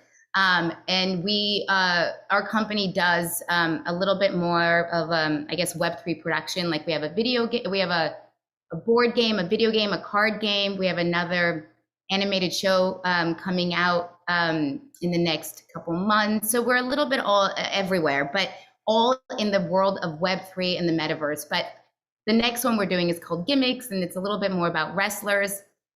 But I will say, we do give our money back, okay? So I don't want to be like the asshole here who's like, I'm also saving people. This one is based on our creator's mother who has Alzheimer's. And so a percentage off of this just go to the Alzheimer's Association. And it is based on her mother. And it is a love letter to her mom. And so that is the impetus for this show. But we're you know, Web3 production company. And we love working in this community because we are able to create and write our own rules. And we love everything that everybody's doing, and it's amazing. That's my spiel, Randy. Woohoo! Well, it's a great one. Thank you so much, Mila. So I hope this is just a sampling of just thousands and thousands of projects in the NFT space that you can look at. I hope that after this, you understand a little bit more about NFTs, or at least you understand my enthusiasm for the space. And even without that, the next time that some bro condescendingly goes like, why would anyone spend thousands of dollars for a dumb JPEG? You are ready to drop a serious knowledge bomb. So happy shopping, everyone. And back to you, Britt and Jamie. Thank you so much, everyone that presented in that section. It's so cool to see the diversity. Again, it's not just a JPEG. There are video NFTs, NFTs as tickets, NFTs as all kinds of things. And we've reached the, I think, most exciting time of the presentation. Not to say none of you were exciting, because we loved all of you, but this is one for the community that is participating and tuning in live right now. This is what we have been calling, you know, our big Oprah moment of the show. Oprah, if you're out there, sorry to steal your thunder. Wish you could have spoken tonight. But we do have something to give to all of you that joined us, signed up for our email list, and want to be in the BFF community. And I'm going to turn it over to my co-founder, Jamie, to explain what that is. Hi. Okay, definitely been waiting for this moment. We would not be a Web3 community if we did not have an NFT project, right? So big news, BFF is launching our first NFT collection. It's coming out in March. Super stoked to tell you more about the artist and the whole team behind this. But the exciting news is that we are giving away 10,000 tokens that will unlock early access to our NFT collection. So this means at random, we're going to draw 10,000 names for people to get their token, and we're covering the gas fees. The only thing you have to do is tell us that you want in on the drawing. So basically, go to the number that Britt's going to put on the screen, and you're going to text that you want in. We will send you a link to a landing page, and all we need from you is your email address and your wallet address. And if you don't have your wallet address yet, it's okay. We have time. We're going to give you a 48-hour window to get your wallet set up and to go and claim this. We're also going to have a tutorial immediately following this session. So we're stoked. We've been working on this beautiful collection for a while now. Can't wait to share it with the community. And if you want to be the first to get into it, sign up. If you're wondering what early access means, it basically just means that you will have the right to, or the opportunity to purchase these NFTs before they're open to the general public. So when you have an NFT collection that has high demand, a lot of people are scrambling and they're waiting to buy. So with this token that we're going to send to your wallet, you will be the first to be able to access the bigger NFT collection that's coming in March. We're covering the gas again, so there's zero fees on your end. I love this so much. And I hope all of you are as excited as we are to bring you into the community here. All of the details will be sent to you again if you text Minted to our phone number. This is really us, by the way. We see these messages. So we can text back with you and hang out with you. We will give you, again, 2 days, 48 hours to do this. If you do not have a wallet yet, stay on in just a minute and we are going to show you how to set one up. But this, I hope, will be really powerful for you, not just to be part of this community, but to potentially do something magical with the NFTs that you own in the future, that we hope you own in the future, and we're excited to reveal what we have in store to you.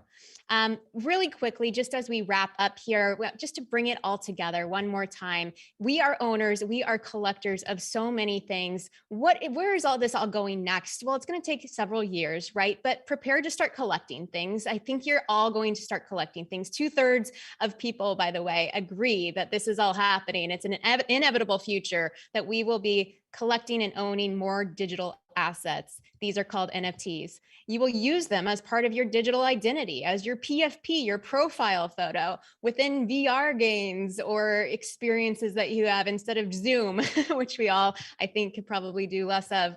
We are also knowing that we're going to join communities of people that like to own the same stuff as we do. BFF is one of those communities. We all have a similar point of view. We all want to learn things together. We all want to participate in this world together. But what other communities might you be a part of? Maybe it's Boss Beauties or Stoner Cats, or maybe it's, the Beyonce community, which I would definitely love to be part of. So as soon as you drop your coin, Beyonce, I'm all in on that. Then you can, of course, use, trade, or sell your ownership in all of this to whoever you want, whenever you want, in much simpler ways than ever before. Imagine a one-click transaction when you buy a car. You guys have probably, if you bought a car before, you know how crazy that is, right? Like all the paperwork, all the craziness. If you bought a house, you get the title, you have all this stuff, right? That all goes to the bank. Not anymore. The transactions are going to get so much simpler, and it's going to be verifiable that who you are, what your identity is, and what you own. We're really excited about that. Last final note, just to bring it all together one more time, Peloton, which I know probably a lot of you have, this was some chatter that was happening this week that is symbolic of what's currently happening and how a lot of the men are thinking about it. But I'm trying to get us ladies to start thinking about it this way as well, right? Coinbase should buy Peloton and use the energy output for its riders to power Bitcoin mining, right? And then someone else replied back, oh, good idea. And if there was a Peloton token that everyone had when they bought a Peloton, so they also got this NFT, a token, right? Then maybe every time they work out, they actually earn money. And so you're saving the environment and making people money all at once. Wouldn't that be a cool idea? And this is the fodder that, again, these male communities are having as they're creating what could be ideas for the future. And I urge you, why can't we start having these conversations as well? I think we can. And I think that we should do that together on, I don't know, Discord. That's what BFF is all about, right? We've got so much more to come. We've got more content, education, and community. We've got more earning opportunities of all kinds to come. And we want you to find us where we are, which is on Discord. We have a link to that on our site, mybff.xyz. You can find us also at mybff on Twitter and Instagram. You can text us again at the number I shouted out before. But we hope you will join us as we reveal more of our roadmap in the weeks to come. And frankly, a lot of it is unknown yet because you get to help create it. You get to help vote on what we are going to do next. Maybe we should go do a Peloton token and collaborate with Peloton. Who knows? The sky is the limit, you guys. So please make sure to join us and stay engaged in the conversation because we are just getting started. With that, thank you for staying a little bit over time. Thank you to all of our participants today. Can I shout out all of my founding BFFs one more time? You give a good goodbye wave, kisses. We should do the actual wave. It's too hard in Zoom. Thank you for being here and spending so much time with us today. And if you want to stick around to learn how to set up a wallet, we've got 30 seconds before we do that. Let us know what you thought of tonight by heading over again to our Twitter, Instagram at MyBFF, or jumping in the Discord where there is an after party we'll all be hanging out in. And I hope that you guys are now a little bit more OCD, obsessive cryptocurrency disorder, which we coined as one of our favorite new acronyms today. Good night and goodbye, everybody, and we will see you soon. Stick around for the office hours.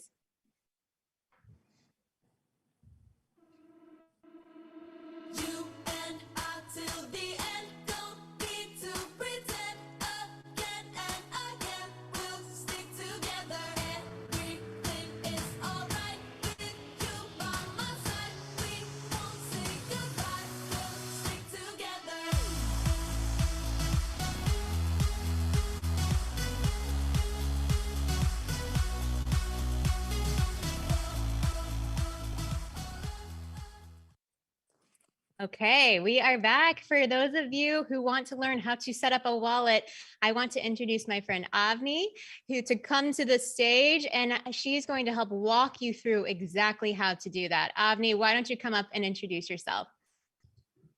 Hi, everyone. My name is Avni, and I'm excited to share how to create a wallet. Oh, Avni, actually, I'm going to share it from my screen, if that's cool with you. Yeah. There we go. Yep. Then you can. Okay, I'm going to take it back from you. All right, here we go. Sharing, and we're on. Perfect. So my name is Avni. I'm the founder and CEO of a company called Milo. My journey to tech has, I was a non-technical founder that started a tech company, and I found myself super intimidated by software and code. And slowly I learned how to just make small steps to get into building software and becoming more technical. My journey into crypto started a couple of years ago when my former co-founder introduced me to cryptocurrencies. And so I bought my first Bitcoin and Ethereum. And then maybe about a year ago, I created my own wallet. And so slowly each of these different steps helped me enter this world that I didn't really still understand, but started to get more comfortable in exploring. So in the next 10 minutes or so, I wanted to walk you through how to create a wallet. And so if we want to click forward, that's me. And I have recently gone on a buying spree. I think what you'll find is that once you get comfortable with it, and once you get a wallet and start getting set up and you start seeing all these incredible projects, it becomes really, really amazing to be able to then go collect all of these amazing assets. So quick agenda, we're going to cover what's a wallet and why do I need one? What are the different kinds? Ariel already covered a bunch of this stuff, so I'll just cover it really lightly. What are some security things if you want to be trying to follow along today? And then we'll actually go step by step into creating a wallet. And I believe we have a brave volunteer to be able to actually do it step by step. So I'll take it from there. So first, why do I need a wallet? I think it was already covered, but I think one of the interesting things for me, when I came into it, I thought it was just a thing to hold my money. I think one of the more interesting things is the way to also access Web3 enabled assets and this other word called dApps, which is decentralized apps. We already saw this graphic, but I think it also makes it just so intuitive. About Web 1 was a lot about user password. Web 2 was about clicking into existing platforms. And then Web 3, I'll also demo this, is really this seamless one-click connect your wallet. And these websites and these dApps are able to then talk to your wallet and then customize and personalize the experience for you. So there are a couple of different wallets that we've already talked about. The first are these hot wallets. It's software, whether it's mobile, web, desktop. They're connected to the internet. And the big great thing about this is that they're easy to use and access. The other cold wallets, and I've got one here, these are hardware, they're offline, they're more secure. And in general, they're used as you're starting to think of when you're holding a little bit more cryptocurrency. So the one that we're going to be demoing is MetaMask, and it's an Ethereum wallet. And so before we get into that, I wanted to just start with a couple of notes on security. You definitely want to be setting this up into in a private place. So no cafes or private or public spaces. You want to write the private keys or the seed phrases on a piece of paper and then secure that piece of paper in a safe place. Ideally, you're pairing this with a hardware wallet.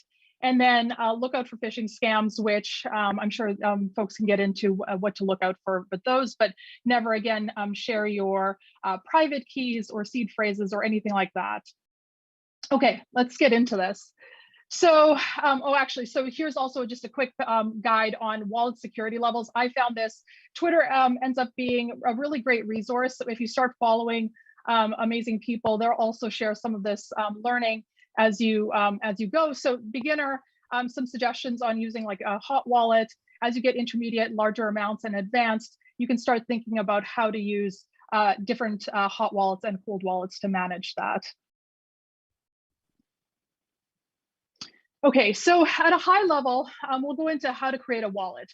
The first one in general is pick the right wallet for your needs. So that's, you're going to look at whether it's an online software hot wallet or a cold one. We're going to be focusing on Ethereum, but if you are looking at other projects that, for example, on Solana or other protocols, you'll need different wallets. So just to be aware of that. Then you'll pick if you've picked, let's say, MetaMask, you'll download and create them and then you'll complete some security steps that we'll show you. And then the last step is you've got this wallet. And if you're wanting to then transfer, if you've bought some of your ETH on, let's say, Coinbase, you want to then transfer it from Coinbase to MetaMask, so then you can do your transactions.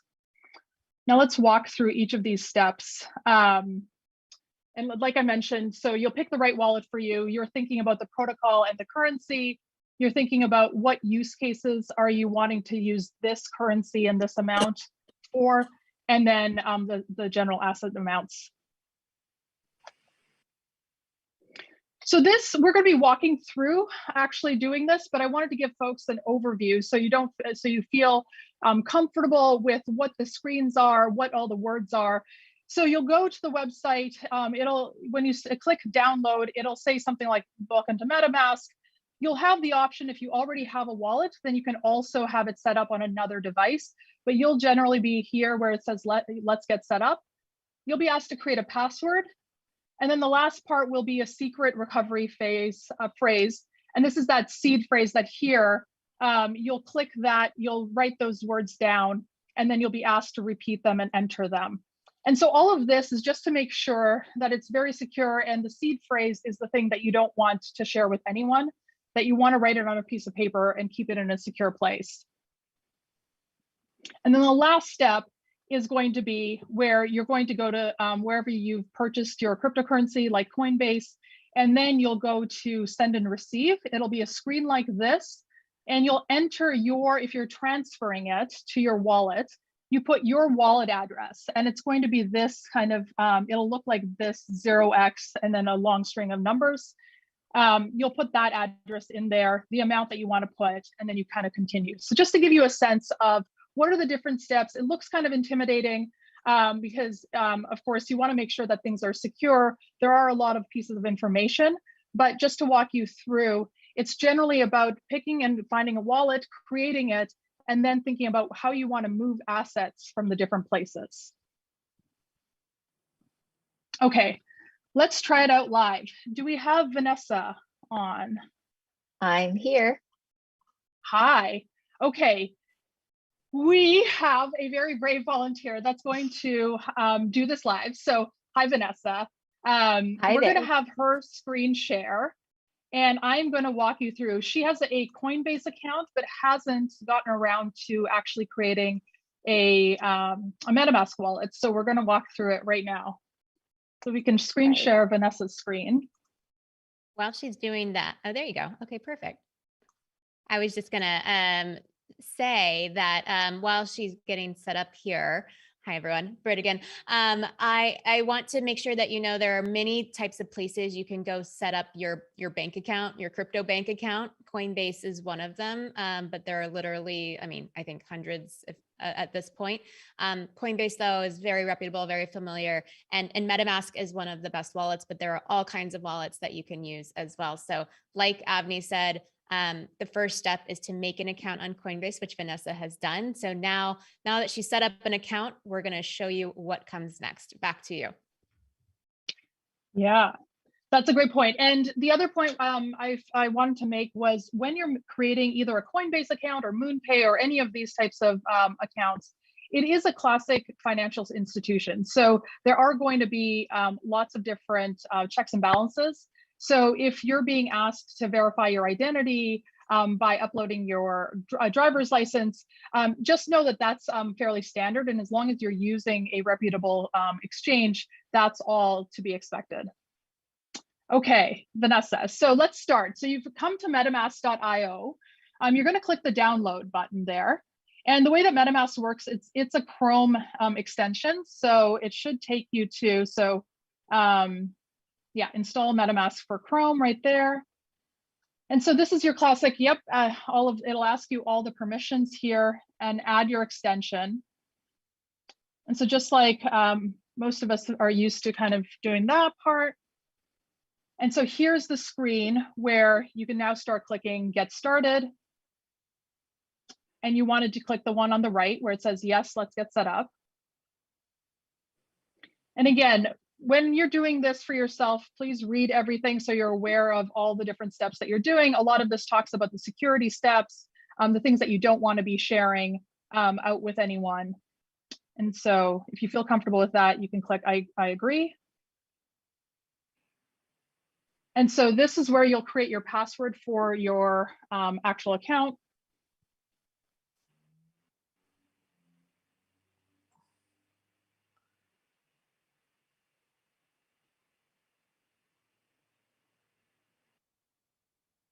So this is a lot about securing your wallet. You can watch the video. There's a lot of the tips along the side. You're never sharing this. You're storing it in a secure place. If you feel comfortable with that, you can click next. Okay, so I'm going to ask you to go off video for right now, because this is the part where you're going to want to write down. You want to click that box. You're going to want to write down those phrases. And I think it's about, for other folks, I think it's 12 words, if I recall correctly. And it's just like actual words like tree, desk, and they just give you a random set of words, and you have to just put them in a specific order. And so when you're done that, feel free to let me know, and you can just click next. Almost there. Perfect. And then she'll be putting them back in. So she'll write them down, and then she'll be asked to put them back into a box in the right order, so that she can confirm that she actually has the seed phrase in the right order.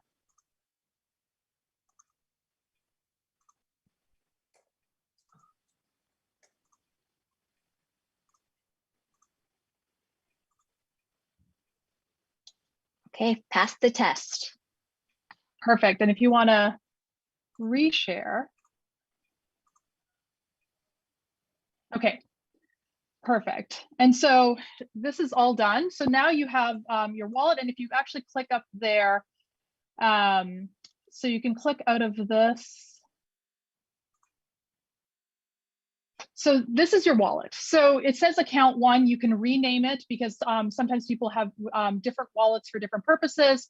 But the number underneath it, where it says 0xD7E, that's your actual wallet address. That's your public key. So if someone says, like, drop me your ETH address, or when to claim this NFT giveaway, which we're all excited about, you're going to want to share your wallet address. This is the number. This is the key that you're going to want to share. But then when you go on to the Coinbase side, you're going to also add that address into that screen where it says, what is the destination that I'm going to be sending this money to? Once you've done that transaction, you'll actually see that amount come up, pending all the different transaction fees and the gas fees. You'll see that ETH sitting here in this ledger here. And so then when you connect to your different, the different projects, if you're trying to purchase an NFT, you'll be able to see, what's the balance in your wallet, and you might need to transfer more, et cetera. But just to give you a little bit of a sense of what's to do here, if you want to send it, if you want to swap it to another coin, you can do all of those different pieces. But just to give you a general sense of the functionality, you, congratulations, now have a MetaMask wallet, and you have an address, and you're all set to go. Fantastic. Thanks so much. And I wanted to just screen share one last thing. Well, actually, Britt, if you can pull up the slides. I think one of the most interesting things in my Web3 journey was after I was able to get a wallet, this idea of going exploring on the internet and going to Web3 sites and just understanding that interaction was just really interesting to me. So here are just 4 sites that I found interesting, and others can go around and see them. There's NFT Cal, so that will give you a sense of the drops So when different projects are dropping or minting NFTs, you can get a sense of, you can follow projects that you like and know what date that that will be happening. ENS domains is also great because if you want to get a vanity ETH address, so mine is apatelthompson.eth. You must be seeing other people on Twitter that also have vanity ETH names. You would get that from here. And if I'm going to actually just share a couple of my favorite sites. So if you don't mind, I'm going to just grab sharing. So here's a couple of different ways. Here's Mirror. This is a writing site, so you can follow incredible writers. And this also, you can connect up your wallet. And if you want to reward writers that you really love, there's ways to make transactions there. OpenSea, we've talked about as an NFT marketplace. There's also ones like Rarible. One thing I just wanted to really quickly show is when you do something like sign in, you just say sign in with MetaMask, and then it links to my MetaMask wallet here, and it's able to automatically kind of pull in all of the things that I would, my different NFTs. And that was an example of, you're able to go to different sites around the internet, and without being logged in, it has a certain experience. And then when you log in and when you connect your wallet, it's able to talk and say, okay, what are the things that you have, and how do I personalize this website and this experience for you? Same thing, Mila talked about Stoner Cats. Because I bought one of these, this one in this case gives you access to actually watch these episodes. And so again, this is a thing about connecting your wallet that gives you access to another set of experiences. The ENS app we talked about, if you want to look up, let's say, if somebody has a name and you want to be able to get it, this one, you can just like start typing in different addresses and see if it's available. If it is, then how much it costs, and if you want to be able to get that. And then other wonderful projects like, World of Women. Again, if you have one of these NFTs, you can then connect on these sites with connecting your wallet, and then get access to your personalized experience. So the incredible thing is, yes, having a wallet is important because you want to store your cryptocurrency securely. But I think it's also incredible that if you don't actually want to, if you just want to kind of sit on the sidelines and kind of play around a little bit, creating a MetaMask wallet is free. You can go do that right now. And then the ability to, either be gifted NFTs or be a part of some of these drops is a really nice way for you to just start playing around with some of the Web3 sites out there. So hopefully that was a quick overview on how to get yourself a wallet. And if there's any questions, we can follow up in the Discord.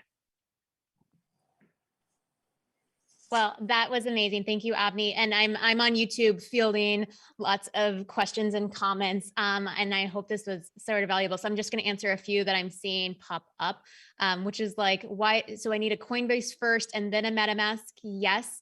So the example is, it's like you need to get your bank account, and then you're going to like open a credit card or a PayPal account or something on top of that. So you do need two accounts.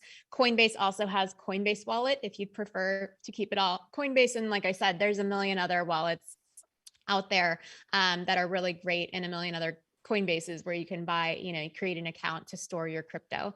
The next question I heard was, where do I find my Coinbase address, my wallet address, or my MetaMask address? Typically it's a weird number that starts with a 0. It's 42 characters. And MetaMask, it's pretty obvious. It's just on the home screen, and you can click to copy it. On Coinbase, you have to slide a few times into your settings to find it. If you texted minted to our phone number, 415-301-4490 area, that's international code 1 for US. We are sending you, like I said, the information about how to claim your NFT token from BFF. In addition to that, we also have on that page more information about how to set up your wallet that links out to a lot of these different platforms and shows you exactly where on Coinbase also you can find your wallet address. There's actually an animated GIF that walks you through it. So hopefully that's helpful. The other thing to know is all of this is recorded, and we are going to be distributing it back to you guys to watch and rewatch again if everything didn't make sense yet. We also are here to do tech support and user support for you if you DM us on Twitter, in Discord, in our BFF Discord channel, which we have a link to, we can drop in, as well as on Instagram. We are manning DMs and happy to try to help you. Like I said, we want you guys to learn how to do this. I think once you have a wallet, the possibilities are endless. You're going to use it for years to come, I promise you. Even if you're cautiously optimistic that crypto and Web3 is a thing, which I hope we've convinced you it is at this point of the presentation tonight. This is something that's going to be like where you store everything, and you store more than just your Ethereum and your dollars and all those things in your wallet. You store your NFTs there too. You store everything you buy. If you went to a concert and you got a token for going to the concert, if you, got the BFF NFT, if you bought a sneaker, and that was an NFT, like all of that will show up in your wallet. So that's going to be really important for you going forward. And we're happy to onboard hopefully thousands of people to create their very first wallet tonight. So thank you, Vanessa and Avni, for walking us through that step by step. Once again, you can text Minted to 1-415-301-4490 to not only sign up to get the NFT, but also a little bit more information about how to set up your wallet. And that is the show tonight. Thank you for coming to office hours, being extra credit students and participating in all of this. We've loved spending the last 2 hours with you. We hope to spend many more hours with you. Head over to Discord if you're not tired of us yet. We're having an after party there. And we will see you guys very, very soon, I'm sure. Thank you, everybody. See you soon.